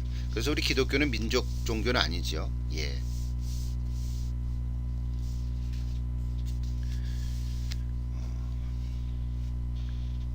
뭐 하고 싶은 얘기 많은데 하여튼 자 마지막 4번 가보십시다. 하나님의 선택하시는 은혜에는 그분의 의로운 심판이 뒤따른다. 그러나 양자는 전통적 예정론의 제안처럼 두 개의 평행선 같은 관계는 아니다. 예. 여기 이중 예정론을 여러분 잘 이해하십시오. 이중 예정론, 이중 예정론. 이 사람은 택하고 저 사람은 택하지 않고 그게 이중 예정론이 아니고요. 여기에 단어 하나가 있습니다. 여러분 거기 164페이지에 가보시면 맨 위에 선택과 버려짐 이런 단어 있어요. 버려짐을 유기라 그래요. 유기. 이거 신학적인 용어인데요. 일반 용어도 쓰죠. 아기를 버렸다, 유기했다 이런 얘기 쓰지 않습니까? 유기, 버려졌다 이런 얘기예요. 그러니까 십자가상에 달리신 예수 그리스도를 하나님은 버리신 거예요. 그냥 버리신 척한 게 아니라 완전히 버리셨다 그렇게 표현하거든요. 그러니까 선택과 유기는 같은 거예요. 하나님이 선택함과 동시에 버려졌다는 거죠. 그러니까 하나님의 은혜와 정의는 분리될 수가 없다는 거예요. 여기 그런 말 썼어요. 영원한 버려짐의 결정을 하나님의 선택하시는 은혜와 병립시켜 가정하지 말아야 된다 그런 얘기. 그거 아니라는 거죠.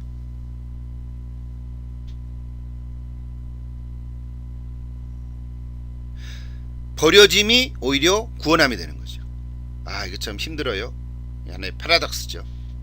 하나님이 예수님을 십자가에서 완전히 버리셨기 때문에 그 자리가 우리를 구원하게 된 거죠.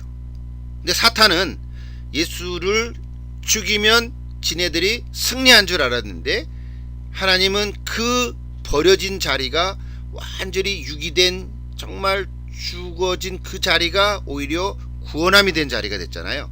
자, 이거는 우리가 너무 잘 알죠. 복음의 핵심인데 그거를 오늘 여기 그 삼일체를 얘기하면서 하나님의 선택하시는 은혜로 설명해 가는 거예요.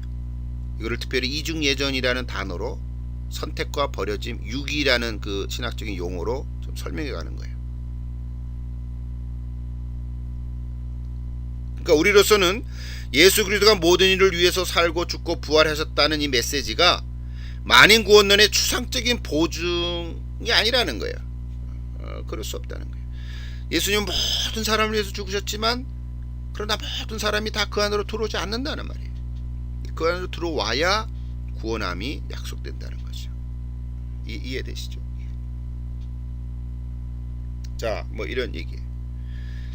자, 오늘 마지막 그 부분의 이야기를 하면서 우리 지금 하나님의 선택하시는 은혜 이 얘기를요. 여러분 이 문장을 이게 한 10페이지도 안 되잖아요. 읽고 또 읽고 읽고 또 읽고 적어도 3번 읽으시고 5번 읽어 가시면서 그 문장들을 이해하시되 여부른 것으로 삼으십시오. 신학적으로는 우리 요한 칼빈, 요즘은 깔뱅이라 그러잖아요. 불랑스 사람이니까. 근데 사실은 오해가 되게 많이 된 거는 칼빈이즘이 칼빈주의잖아요. 그 칼뱅 이후에 나온 그 칼비니스트들의 그 잘못된 오해들, 그 알미니아주의하고 그때 당시에 16세기 알미니아주의하고 대치가 되고 서로 이렇게 논쟁에 대해서 우리가 잘못된 이해를 우리가 갖고 있을 수 있는데 이 예정론을 다시 한번 이해를 하시고요. 특별히 현대 용어로 해서 칼 바르트를 좀 읽어보시면 오히려 한마디로 얘기할 수는 없지만 또 그리스도 중심적인 그런 예정론을 칼 바르트는 얘기를 하고 있습니다.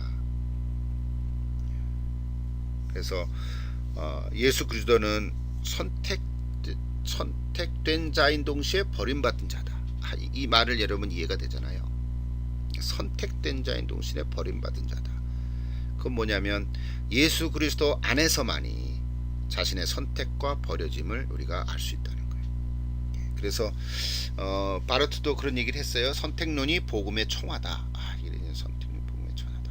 자, 이것을 이제 그 밀요리는요 삼일체론적 맥락에서 다시 이 얘기를 하고 있는 거죠. 그래서 선택의 의미와 목적, 또 선택의 내용, 이런 것들이 그냥 어떤 사람은 선택되고 어떤 사람은 버려지고 요 A라는 사람은 하나님 선택하고 저 사람은 버려지고 그렇게 되어지지 않는다는 거. 하나님이 그거 계획하지 않으셨다. 예정한 게 아니고 그러니까 신비죠. 우리는 몰라요. 알 수가 없습니다.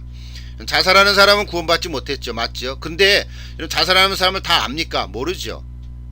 달에서 떨어내주는 과정에서 회개할지 어떻게 알아요? 그건 아주 극단적인 예지만 예수님 십자가에서 양쪽 두 편의 강도 중에 한 사람이 마지막에 예수님 인정하고 낙원에 갔잖아요. 어떻게 알아요? 몰라요. 하나님의 신비예요. 그렇다고 해서 모두가 다 구원 얻는다. 그렇게 또 말할 수는 없는 거죠.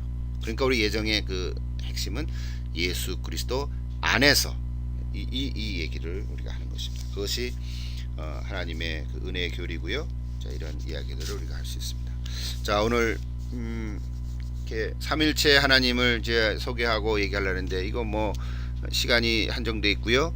또 이렇게 뭐랄까 이렇게 온라인으로 이렇게 녹음하고 강의하다 보니까 클래스에서 얘기하는 역동성들이 잘 안 일어날 수 있지만 최선을 다해서 여러분께서 교재가 있으니까 읽어가시고 혹 처음으로 접하시는 분들은 삼일체에 대해서 너무 두려워하거나 포기하거나 또 모르겠어 이렇게 지레짐작 겁먹지 마시고 이건 너무너무 귀한 거고 너무너무 익사이팅한 이야기고요.